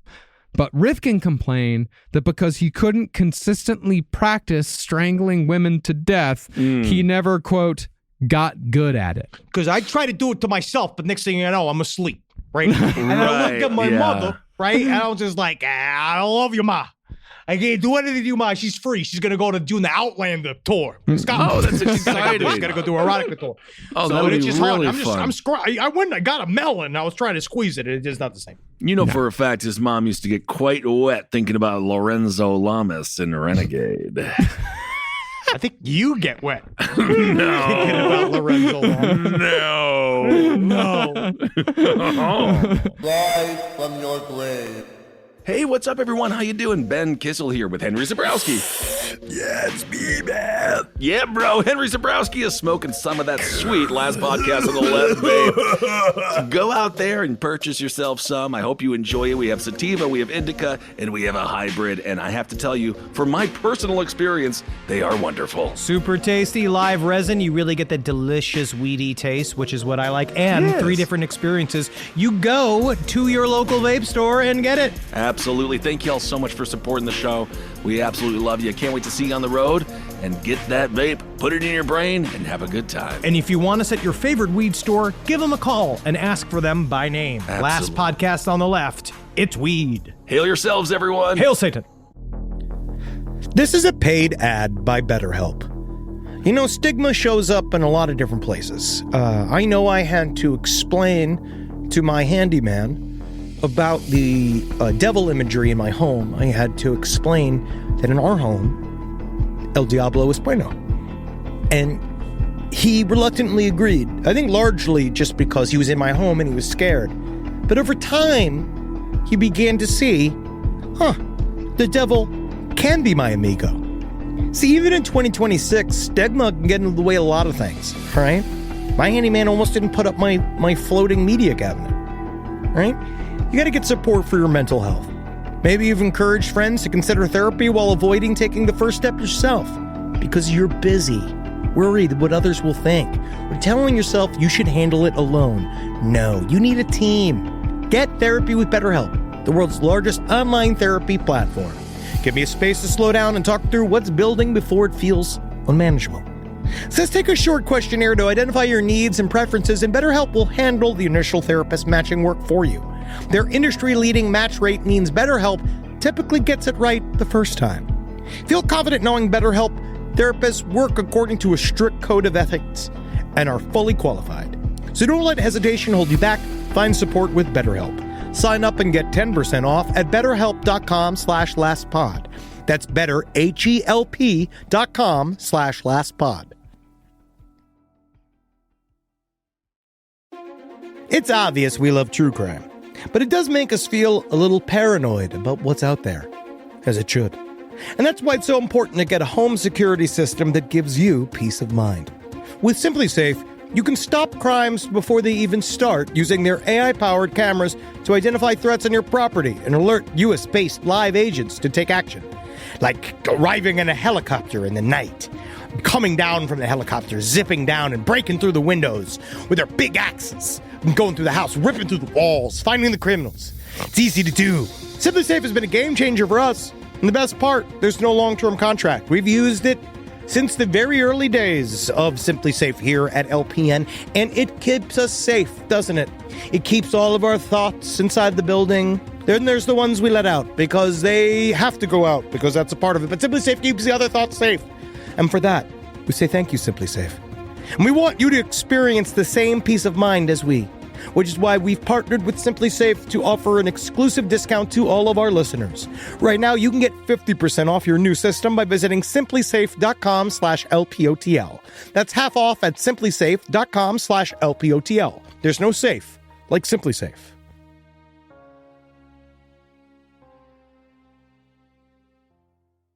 Back to school season. You've got the new backpack, the folders, the 17 highlighter colors, but there's one essential that never makes the shopping list. Their pillow. And we all know better school days start with better sleep. So we've got big news. Coop Sleep Goods is running their back-to-school sale. Save 20% on the entire collection. Spend $150 or more and get a free gift. The sale starts July 28th and ends August 25th. From cooling pillows to mattress toppers that transform thin dorm room mattresses. I mean, the only thing left to blame for a bad night's sleep is their insomniac roommate.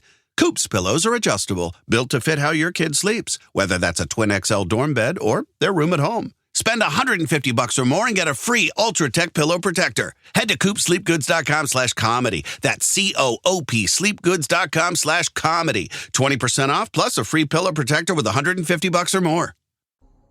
But no matter his supposed skill level, Rifkin murdered 2 more women in quick succession, picked up from Queens and the Lower East Side. Then he took a job at a temp agency that placed him at a camera warehouse in Long Island. How many times do we meet killers every day? Because all of these jobs, you never know. You never know. You never know. God. I mean, the one that made me really think about that was him in the liquor store holding the bracelet of the woman with the bracelet of the woman he just killed in his fucking pocket. Like, how many people, like some guy that you just pay $5 to for a sandwich and he just fucking strangled someone to death. Yeah, and he's just a miserable fuck at his job and he's bad at it. You know what I mean? It's like that guy you think would be a serial killer might just be one. Yeah, it seems like they don't really excel at much. No. There, at the camera warehouse, Rifkin worked with a high school acquaintance named Michael Brown, and the two eventually became friendly after Brown began giving Rifkin rides to work when his truck broke down. Surprisingly, Rifkin and Brown had a fairly normal work-buddy relationship, having lunch together. Occasionally, they'd meet up for happy hour after shifts, and this is why I think Rifkin is so full of shit when it comes to his interactions with other people and how much everyone hated him. Because there are plenty of people that are just, he's fine. He was fine, but he just didn't live that special life, that special perfect life that he felt like he deserved. But when Brown would ask Rifkin, hey, what'd you do over the weekend? Rifkin stayed vague, only saying, quote, nothing. Nothing? I just hung out. Where'd you hang out? Around. Where people hang out. Yeah, like a park? Or like, did you go watch the Mets? Night, I hung out. Saturday day, Yeah. I stood. I went to a place and I stood in one place. It was mostly for stood about there. 8 hours. And I hung out. Watched the Mets game at all, or no, nothing? I was around. Okay. Doing various things and attending to various objects with various personas. Great. Well, other than that, the only red flag Rifkin showed was that when his truck wasn't broke down, he would never let anyone inside. And he always made sure to park as far away as possible from the rest of the staff. But speaking of cars, Rifkin, just like he'd been with talking about Record World, he showed no emotion in talking about his next and 13th victim. But he got very upset when he recounted that the gear shift lever had been bent during the murder. I can't believe you hurt my truck while I was strangling you to death. It's like, yeah, fuck you, dude. I mean, it wasn't even about hurting the truck. It wasn't about blaming her for hurting the truck. It was that he had an inconvenience to deal with. Like the gear shift was bent, and so he couldn't put it into drive. He could put it into drive. It was just really hard to put it into drive. I hate this. And it was going to be an inconvenience to him. But that's kind of what he said too, was that that was the only times he felt anything. Was that those moments? He said that when Mladenovich asked him, it was like, does the killing make you feel alive? And he's just like, it's not about being alive. It's about being aware, a heightened sense of smell, color, feeling, like even like when a guy like Mark McGwire hit 70 home runs in a year. You're not Mark McGwire. You're not Tiger Woods. Him. Joel, no, you're not. You remember one or two of them, as being like the ultimate home run. You know what I mean? But, it's just kind of a sense. It's like, when the car wouldn't start. That's like a heightened sense of awareness. Wow, this guy really put himself on a pedestal, huh? He did. But also put himself down. Yeah. And additionally, as Mary Catherine Williams was Rifkin's 13th victim, Joel got superstitious and got rid of the body as fast as he could, dumping her in the woods near an industrial park in Yorktown. However, even though Joel was nervous about this murder... Do you think he would have done the thing like they do in hotels and just like not have named it his 13th victim? Just being like, 14. However, even though Joel was nervous about this murder, he kept a large wicker basket full of costume jewelry that Williams dragged around with her, which led police to believe upon searching Joel's room that there were potentially hundreds of victims. But while hundreds of victims sounds a bit ridiculous, it's not the most out-of-the-world notion. The body of the next woman Rifkin killed, Jenny Soto, was dumped at almost the same exact place where Rifkin had dumped Yoon Lee's body in the South Bronx. But while the cops did admittedly investigate that murder, They didn't even think about the possibility of a serial killer, and instead did their best to pin Jenny Soto's death on her boyfriend, an aspiring rapper lost to the sands of time named Popcorn. You know how it is. You gotta wrap yourself in a buttery way. If I don't make it in music, I'm going to the police academy. That's where I'm going. You're gonna do great. One day you're gonna be a detective. You're gonna be a detective one day, Popcorn. Popcorn, did you ever make a mixtape or anything like that? It's Hot Fire. Yeah, you gotta check it out. Hot Fire. You like mixtapes? Dog. Yeah. $10. I put it in your hand, bitch. I put it in your hand, you fucking bitch. Give me that money. All right, here's your $10. I actually don't want the CD, but give me the money. Here's the money. If you ever visit New York City and someone tries to hand you a CD, run away. Do not take it from him. Hands in the air. Hands in the pocket. Do not take the mix CD from the man. He will demand money from you. Mm-hmm. You know who also fucking does that? Those motherfucking Buddhists. They hand you that gold card, and then they're like, they hold it, like they give you for good luck, and they're like, donation? Oh, I thought you fucking were one with everything. I thought we were all just atoms, bro. Yeah, and if a guy bumps into you and comes up to you and says that you made him drop his glasses, he did not drop his glasses. He brought some fucking reading glasses from CVS, and he's trying to scam you. He's scamming you. Yeah. And if a guy's got his gun in your mouth, if a guy's got a gun in your fucking mouth, make sure you stick your tongue in the hole, because you can stop a bullet very easily. Absolutely, no problem. But since Jenny Soto was physically the hardest woman to murder out of all of them, to the point where Joel had to break her neck, he slowed down for a few weeks until February of 1993, when he picked up Leah Evans. Evans, as it turned out, was not a lost soul like so many others killed by Rifkin. She was the daughter of a Manhattan civil court judge, and it's thought that her night with Rifkin might have been her first ever as a sex worker. From what Rifkin claimed, Leah stopped Joel in the middle of the act and asked her to drive her to a friend's house. And Joel said that since she made him feel uncomfortable, he strangled her to death. But perhaps because Joel got the feeling that she wasn't like all the others, which tells you that he was getting far more relaxed about his victim type, he buried her in a shallow grave, the only time he ever buried someone he killed. Garden of Bones. Yeah. But as it turned out, that shallow grave was very shallow. One might say lazily shallow. And almost 3 months later, a couple on a nature hike saw Leah Evans' hand sticking out of the ground, still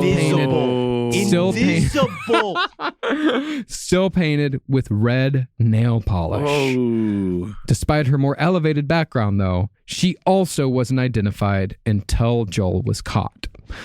But on the other hand, that also had to do with the fact that Joel was very, very near to getting captured.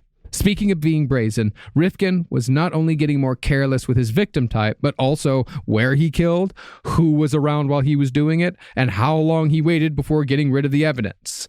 Case in point, in terms of all three, was the last murder Joel Rifkin committed, that of 22-year-old Tiffany Bresciani. See, Bresciani had been a performer at one of New York City's sex emporiums, the Big Top Lounge. Which at one point had actual carousel horses ridden by topless dancers. Man, I do feel like that these places must have been so fun. I know everybody was like scared there, and there was a lot of violence and crime. But I do feel like that's fun. Like the idea of like a sex show. Like I'm gonna tell you this.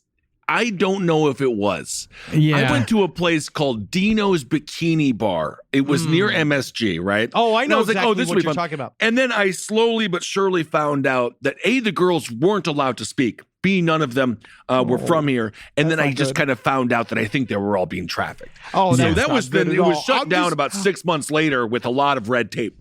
I want a fun, safe environment where you could go I don't and know do if the fun booby things. Where they do emporium- like Jumbo's Clown Room is really great in LA, right? Where it's like you go and it's like a show. Like it's really fun, you know? Like that sounds cool. I like a show.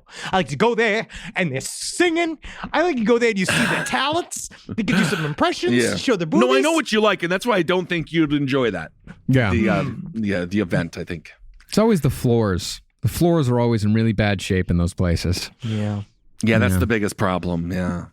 Floors. The janitorial staff are asleep. That's the Right. problem. The floors tell you a lot about a place. They do. I'm serious. No, I believe it. I believe it. Yeah. That's why I only go to strip clubs with marble floors. It's fun to watch everyone fall down. Yeah, it's like all slipping around. slippery. It's like, whoa, wow. Falling into tits. Yeah. I went to this one place. They used one of the last porno shops in like subway stations on 42nd and 8th when I worked over there in 2000. Yeah, I went there with a boss once who asked me to go there after work one day because work was different back in the day, guys. It wasn't back in the day. That was 2010. It's 2006. It's 2006. We both. Well, that's the thing. We both lived in Harlem, and we would take the train home together one day. And then one day he was like, "Hey, yo, I gotta run a little errand before I go home. You wanna go with me? You wanna have pass?" He was trying to have sex with you. Yeah, he was definitely trying to have sex with you. But what is it about you, Marcus, where people feel comfortable showing you their most disgusting habits? Like, been that I know way the since janitor, I was a teenager. You've seen everybody's porns. Yeah. I've never went to buy porn with my boss. No, never. And I work in show business. No, and it wasn't that weird. I mean, it was weird, but yeah. And I ended up buying like a DVD just because I felt like kind of weird not buying a DVD because he was buying DVDs. What DVD did you buy? It was It was like a vintage porn like compilation. What did he buy? It was like. Just porn. You just bought fucking porn. my twink employee. Fantasies come true. I mean, but he was also in charge of the. Well, no, I can't get more into the. What that guy did without actually like saying like where I worked. But incriminating him. Incriminating, yeah. Shouldn't be doing that at this point. Well, Bresciani though. It's not illegal. It's just. It's not illegal. It's not illegal. It's just a weird thing, and I don't want to put this place on blast. Yeah. Right. But Bresciani, though, she also had both a cocaine and a methadone habit, and she could often be found on Allen Street in the Lower East Side. This fact was well known to Joel Rifkin, who'd become obsessed with Tiffany Bresciani after seeing her perform. After finding her, picking her up, and negotiating a fee of $20, Rifkin drove her to a parking lot in his mother's sedan, where he again couldn't maintain an erection. This, Rifkin said, got blamed on the fact that there was a guy in the van parked next to him. Oh my God. He parked Come on, there. buddy. Yes, you did it. So after he waited for the guy to leave his field of vision, Joel grabbed Tiffany Bresciani by the neck and started strangling her. But just before she passed out, Joel looked up to see that the guy from the van was now outside 3 feet away doing Tai Chi, completely oblivious. And the whole time I'm looking at him and I'm thinking, how's that even fucking exercise? He's just kind of, it looks like he's pushing clouds. I don't know what he's doing. You know what I mean? You just got this Steven Seagal looking dude doing Tai Chi. Yeah. What are they, under a fucking bridge? No, they're just in a parking lot somewhere. Just a random parking lot. New York peace. You have to find it somewhere. Sure. Yeah. As soon as Rifkin was done, though, he left Bresciani's body in the back seat, totally naked, and drove it back to his home at around 7 a.m.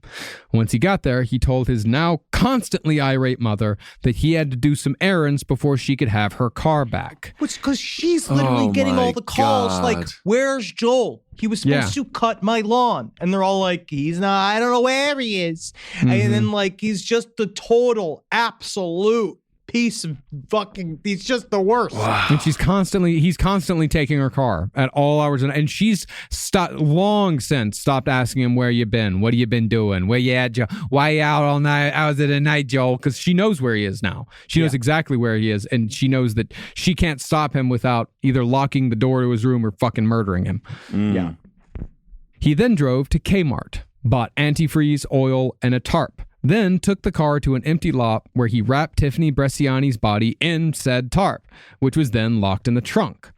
Having hid the body temporarily, Joel took the car back home and handed the keys over to his mother, who unknowingly ran her errands that day with the body of a dead woman in the trunk. No. Yeah, dude. And the whole time, because then what's interesting is that she leaves and he says in quote, he's like, and I was having like a little panic attack, which I think is not true. I think that he was understood kind of what was happening. Like, he's now directly put his quote-unquote beloved mother in with the fucking serial killer's evidence. Oh, like, my she's just going to the quilt store, going to Dunkin', just being like... what would make her not... What if she bought a bunch of fucking groceries and had to put them in the trunk?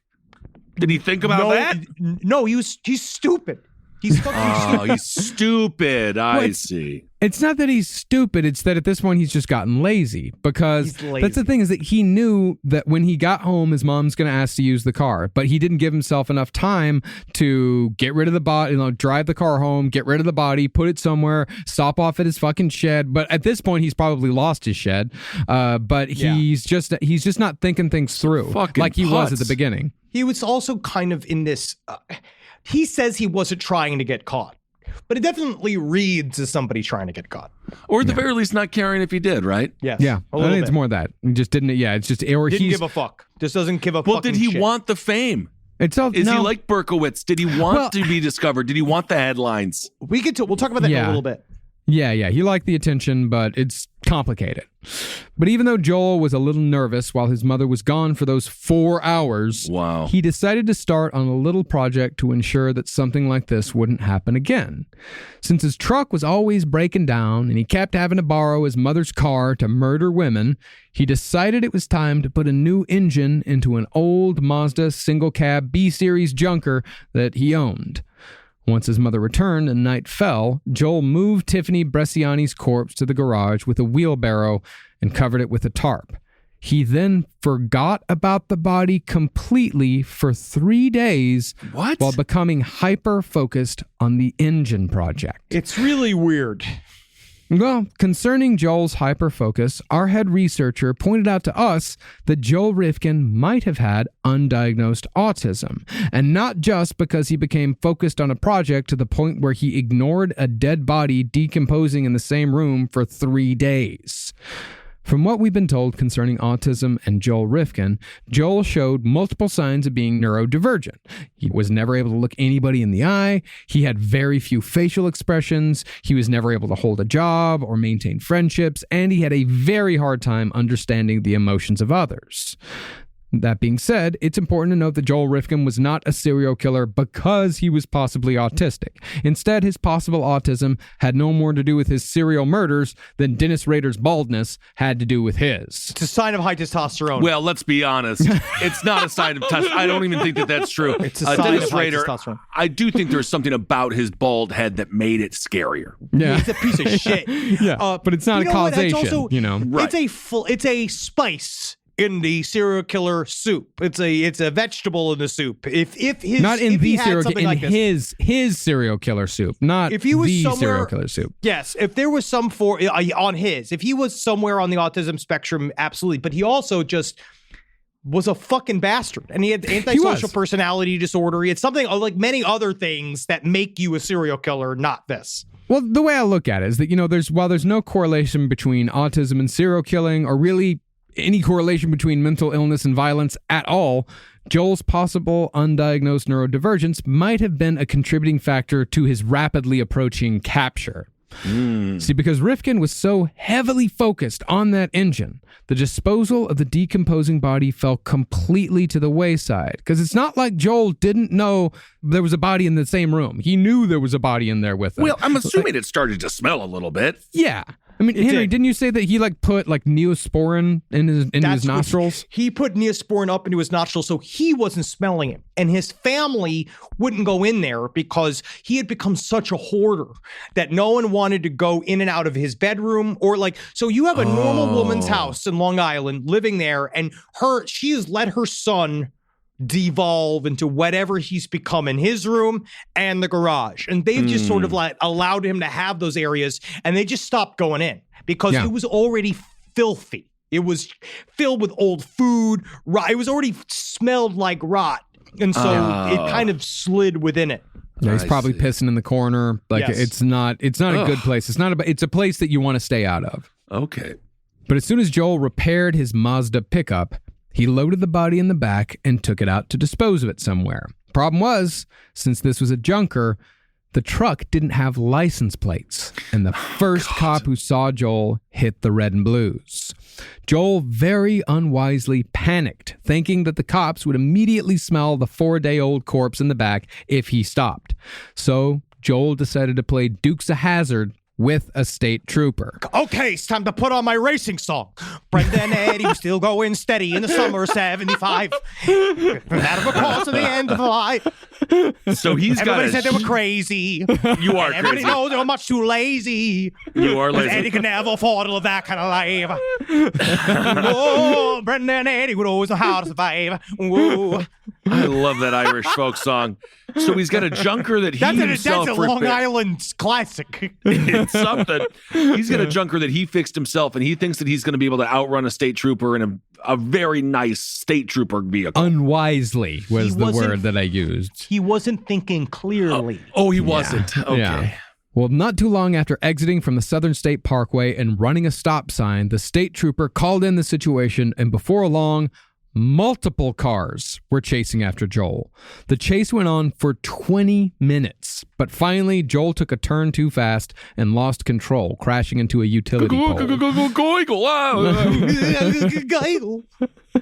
The body was found almost immediately as Joel Rifkin was laid on the ground with his hands behind his back. And my after God. 17 murders, he was finally arrested because of one simple mistake that was entirely his own. Because he's on the ground. He was literally on the ground with his hands behind his head. And the cops went up to him and they were like, do you know you don't have a license plate?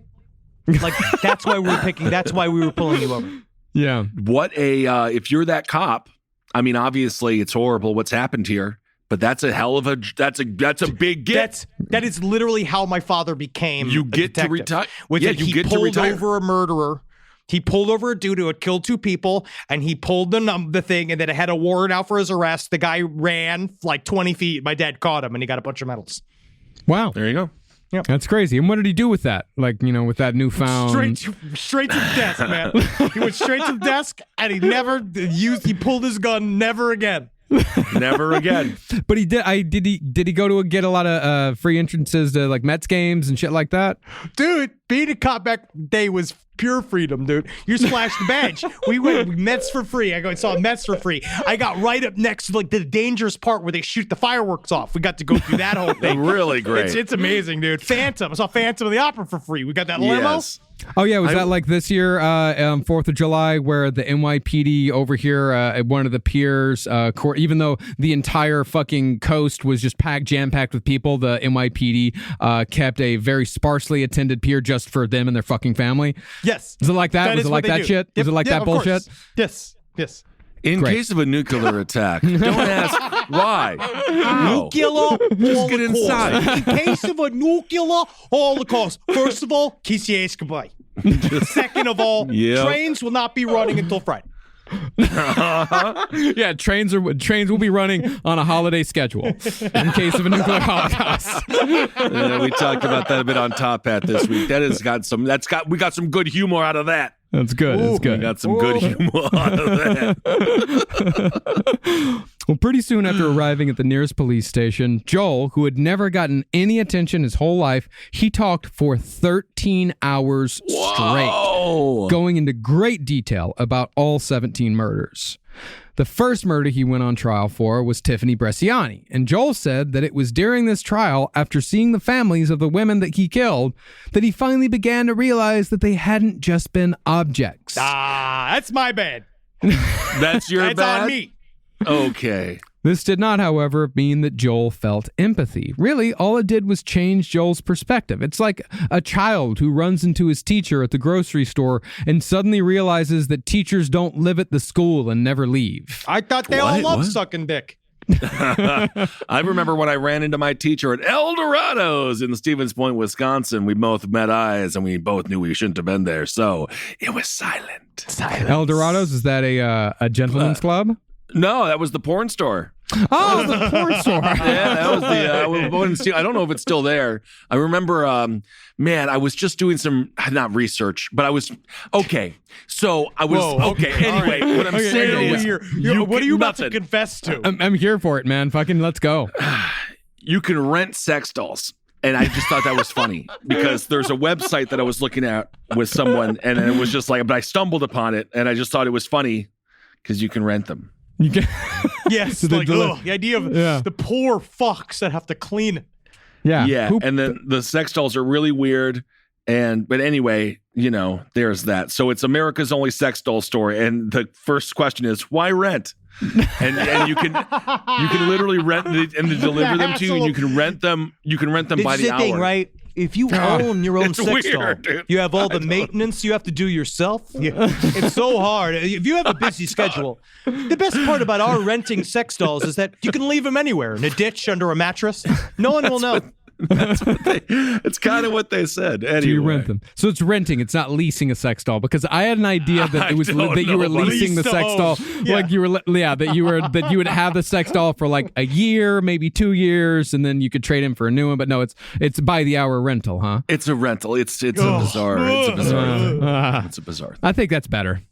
Yeah. Now Joel Rifkin believed that he'd somehow cheat the system and be set free, despite killing 17 women. You fucking moron. How? Well, what he thought was, he thought that they had illegally entered into his home, and that because all of the other murders, there was the confessions, but all the other murders, all of that evidence was found in his house. And he thought they got me for Tiffany Bresciani, but if I get that pled down to manslaughter, then I could just do 25 years. He had this idea that because when they went to search the house, that they didn't tell his mother that they were charging him with murder, which is not what you do, because literally the whole point is to that's where the evidence is. You don't want to tell people what evidence you're looking for, because if you do, they'll try to hide the evidence. So what you have to do is go in there, and you have a search warrant. You're allowed to enter into the house. And so we're here to investigate if you truly are America's #1 mother. I see this mug. Well, where's the evidence? Cuff this bitch. You're at least number 5. No, you're making it #1, because guess who #1 is? My fucking mother. Oh my God. I believe that. He seriously thought that he was going to do 25 years for killing Tiffany Bresciani, and then he was going to get released and then live the rest of his life as he called it, an eccentric celebrity writer. He thought that's what his life was going to be. Yeah, he's incorrect. I can just see he's definitely one of those guys on Facebook who posts none of my information is up for sale. Facebook has no right to any of my content. Nobody cares, bro. Yeah. No, the only person that ever worked out for was John Hinckley. That was it. Yeah. Did 40 years. Even and his now shows are getting canceled. They're canceling the shows. Are they really? Yeah, that Market Hotel show got canceled because of the death threats and all that. He tried to kill the president, man. Well, I mean, he didn't do it. If anything, Reagan should thank him. If he didn't kill him? He did kill Brady, his approval ratings went... No, he didn't kill Brady. Yeah, he killed Brady. Yeah, the bullet that he shot Brady with later. Was what I don't do that. I don't do the thing where it's and then 20 years later, the bullet. I don't. Is that what you're saying? You're saying it's the bullet's fault? All I know is he helped that man immensely get reelected. Yes, he did. Yes, he did. But this right here, this is my favorite part of the entire Joel Rifkin story. So Joel Rifkin, he's on the cover of the New York Post. I killed 17 women. He's hot shit in New York City. Everybody's talking about Joel Rifkin. And he's loving and he's running his defense like a general, right? He's just I'll tell there's a quote from a letter he wrote to his attorney where he was like, if I want you to think something's important, I'll fucking tell you it's important because I know what's important. Yeah. Really? Okay. Oh, yeah. No, he's ruling the roost, man. I mean, he's cock of the walk here.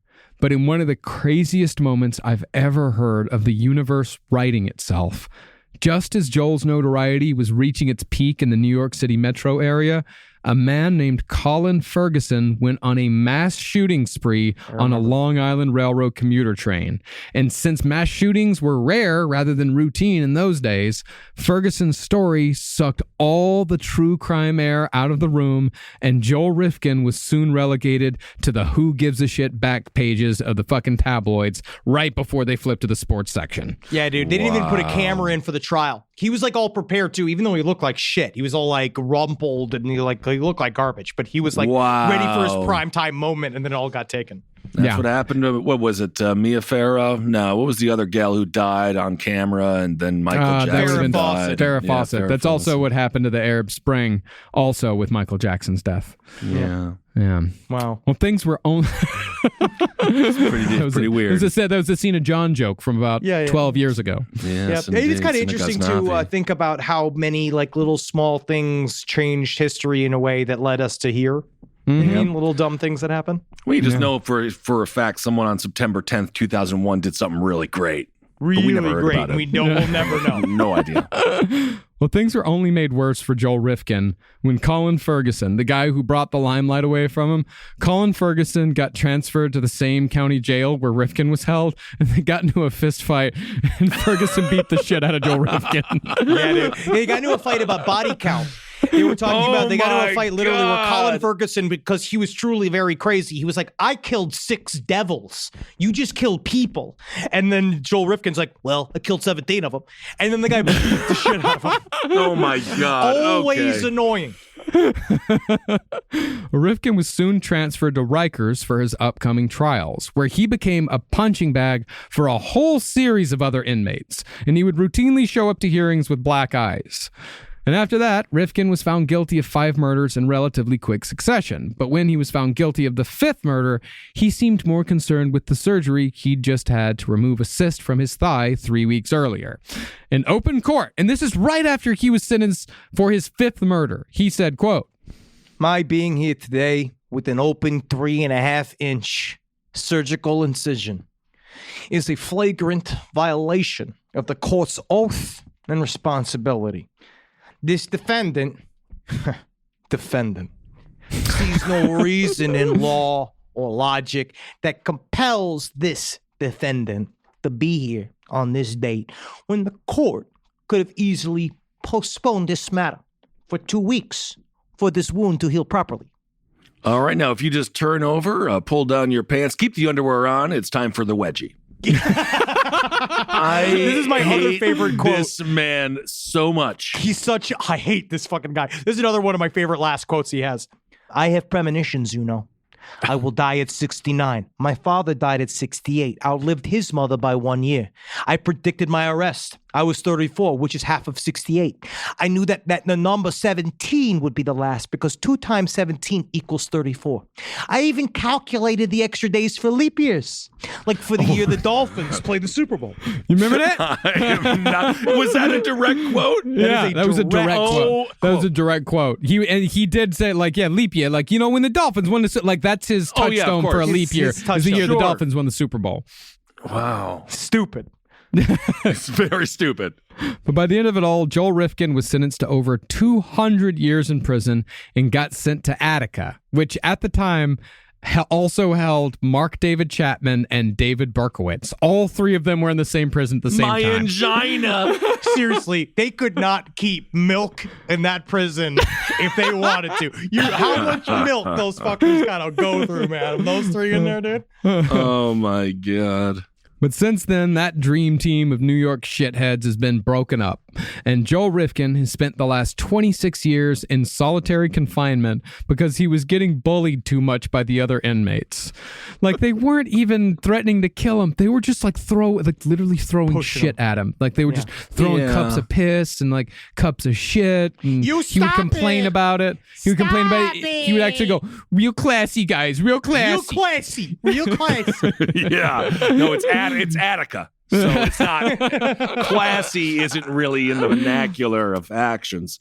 So, wow. He doesn't even leave his cell during the hour of recreation he's allowed each day. He spends 24 hours a day in his fucking solitary confinement cell. I guess with his 17 tapes, he gets to replay in his head all the time. Yeah. He does. And he says he still remembers every single minute of it to this day. Mm-hmm.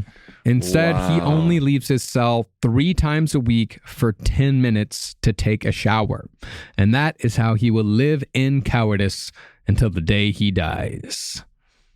It ain't worth it. That's number 1. Don't kill anybody. I also like to end this episode with a reminder, truly, that sex work is work. And that we need to take care of these people. because they're not disposable. There are human beings that have lives, and it's just a job. Well, something that is disposable is America's only sex doll store. That is feel free. Deeply disposable. Why rent? They're trying to replace humans. And we should keep it human, keep sex work human. And I feel it's very close to comedy, where we're just trying to make people's lives a little bit better. And so I'll never understand it. So just trying to make Joel you smile. Rifkin. I hope you choke to death on a fucking hot dog. Yeah. I don't think he's going to get any hot dogs. They get it on July 4th. No, they don't do any special meals anymore. He gets the loaf. Which I'm sure he complains about every single day. All right, everyone. Well, thank you so much for listening to this series on Joel Rifkin. Interesting to get back to some blood and guts. And just a reminder what fucking pathetic losers all of these morons are. But you hear that sound. You hear that sound. Dong. Dong. What? Dong, dong, dong. Dong. We made it. It's $4.99 today. That means the next episode, that was officially a last podcast episode, will be episode 500. 500 episodes of pure mirth, joy, edutainment, perfectly done podcastery. Isn't it strange how I don't enjoy I just don't enjoy celebrating it? Because doesn't it mean then that aren't we closer to the grave? Every day. Yeah. Every minute. Everything. I feel almost the same way on episode 500 as I do my 41st birthday coming up. I almost feel angry about it. It's interesting. Wow. You know, I feel a little bit somewhat the same about my 40th birthday coming up on January 19th, in which we will be in Perth, Australia, for my 40th birthday, January 19th, come, Perth. 2023. You better come. But we have a couple announcements. We have so next week, before we get to episode 500, because it is so thick, we're getting to UFOs next week, which I think everyone will enjoy.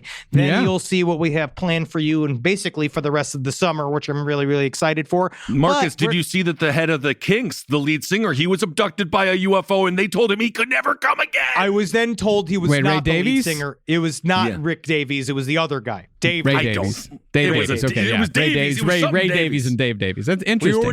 We corrected. We've already I corrected. don't fucking know. People are upset.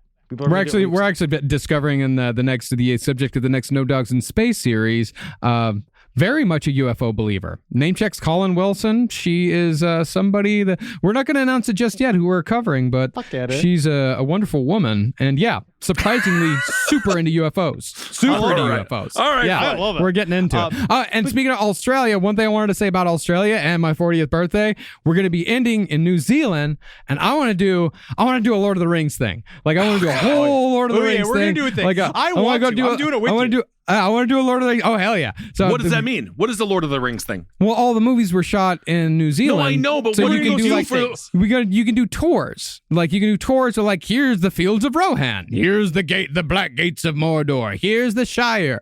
And if any of you listeners out there, if you run a super cool tour that's not like, oh, here's the guy that, made the fucking Hobbit butts. Like there's all these weird tours where you need a whole bunch of... are incredibly complex. Absolutely Our buddy tiny, Manny but makes a difficult. lot of the Hobbit butts, and he actually it's actually pretty incredible. It's very difficult to do. But yes, and of course, I missed your 30th birthday, so we're going to make it a tradition. Every 0 birthday, maybe I don't have to be there. How are you going to not be there? We have a show. We have work that day. No, I know, but I can't. You will I be can't. forced to be there. No, they're just going to make other fun of me. announcements. They're going to make fun of me for being a tree. That's what you get. But yes, that's what you deserve. But if anybody out there like knows of anyone that runs like a super cool like 3 or 4 day, maybe 5 day like Lord of the Rings tour. 5 if you know one does it, I want to do it. I'm you with can't just do it in a Sign me up, day. too. It's a country. It's a huge thing. It's a big deal. So if you know of anyone who does it, or if you do it, sidestorieslpotl@gmail.com. Get a hold of us because I want to start planning my Hobbit journey. I'll be there then. We're gonna do it. I can't wait. Would you say like we're gonna make a lot of like that one video that replaces all the sounds. Indeed the fields of Rohan. But for those of you that will be at San Diego Comic-Con next week, we will be there as well. Come and check us out. We have signings, I believe, on we have a panel Friday. Yes, Friday. I think that's 10:30 in the morning. I think it's 10:30 a.m. Yeah. You're gonna It's a love bit it. early, You're gonna yeah. love us at 10:30 in the morning. And then we have signings on Friday and Saturday. Come check it out. Come visit us at the booth. Can't fucking wait to be back at Comic-Con. It's gonna be fucking sweet. Yeah, we can't wait. Pre-order Last Comic Book on the Left, issue 2 on z2comics.com. Issue 2, and we're getting. We just got in a script from James Tinian IV, who does Department of Truth, fucking great. Joker War, Nice House on the Lake. So many great horror comics. So we just got something in from him, and we got so many fucking amazing creators like Rick Veitch also working on this book. I'm gonna be doing something from this book. Henry's doing something for this book. Yeah, this second one is gonna be big. I'm gonna do something. I'm doing something for the third book. I'm gonna do something. What are you gonna do? I'm gonna do something.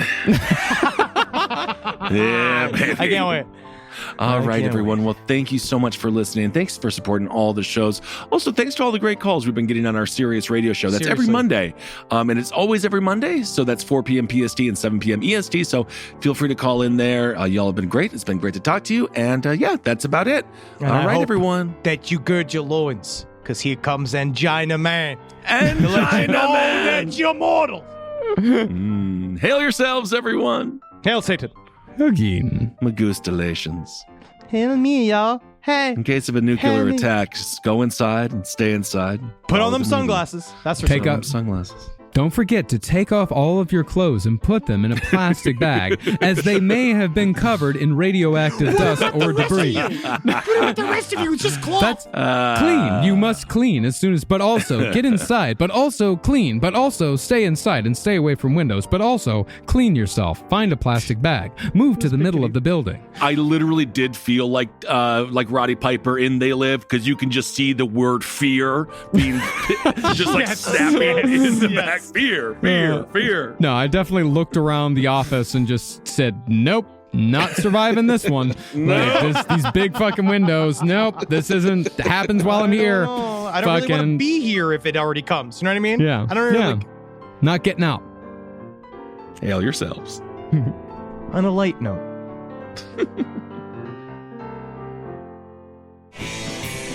This show is made possible by listeners like you. Thanks to our ad sponsors, you can support our shows by supporting them. For more shows like the one you just listened to, go to lastpodcastnetwork.com.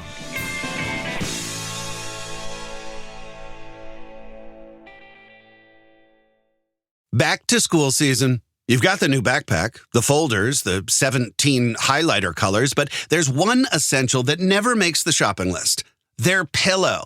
And we all know better school days start with better sleep. So we've got big news. Coop Sleep Goods is running their back-to-school sale. Save 20% on the entire collection. Spend $150 or more and get a free gift. The sale starts July 28th and ends August 25th. From cooling pillows to mattress toppers that transform thin dorm room mattresses. I mean, the only thing left to blame for a bad night's sleep is their insomniac roommate. Coop's pillows are adjustable, built to fit how your kid sleeps, whether that's a twin XL dorm bed or their room at home. Spend $150 or more and get a free Ultra Tech pillow protector. Head to coopsleepgoods.com/comedy. That's COOP sleepgoods.com/comedy. 20% off plus a free pillow protector with $150 or more. Hey, listeners. Marcus, Ed, and Henry here. It's a little bit of an announcement. You loving all the episodes of Last Podcast on the Left lately? Well, listen, now you can get even more from us. Squeeze it out of us. If you want to hear new episodes ad-free and unlock access to Last Podcast on the Left 7 days early, subscribe to SiriusXM Podcast Plus on Apple Podcasts or visit SiriusXM.com/Podcast Plus to start your free trial today. Do it.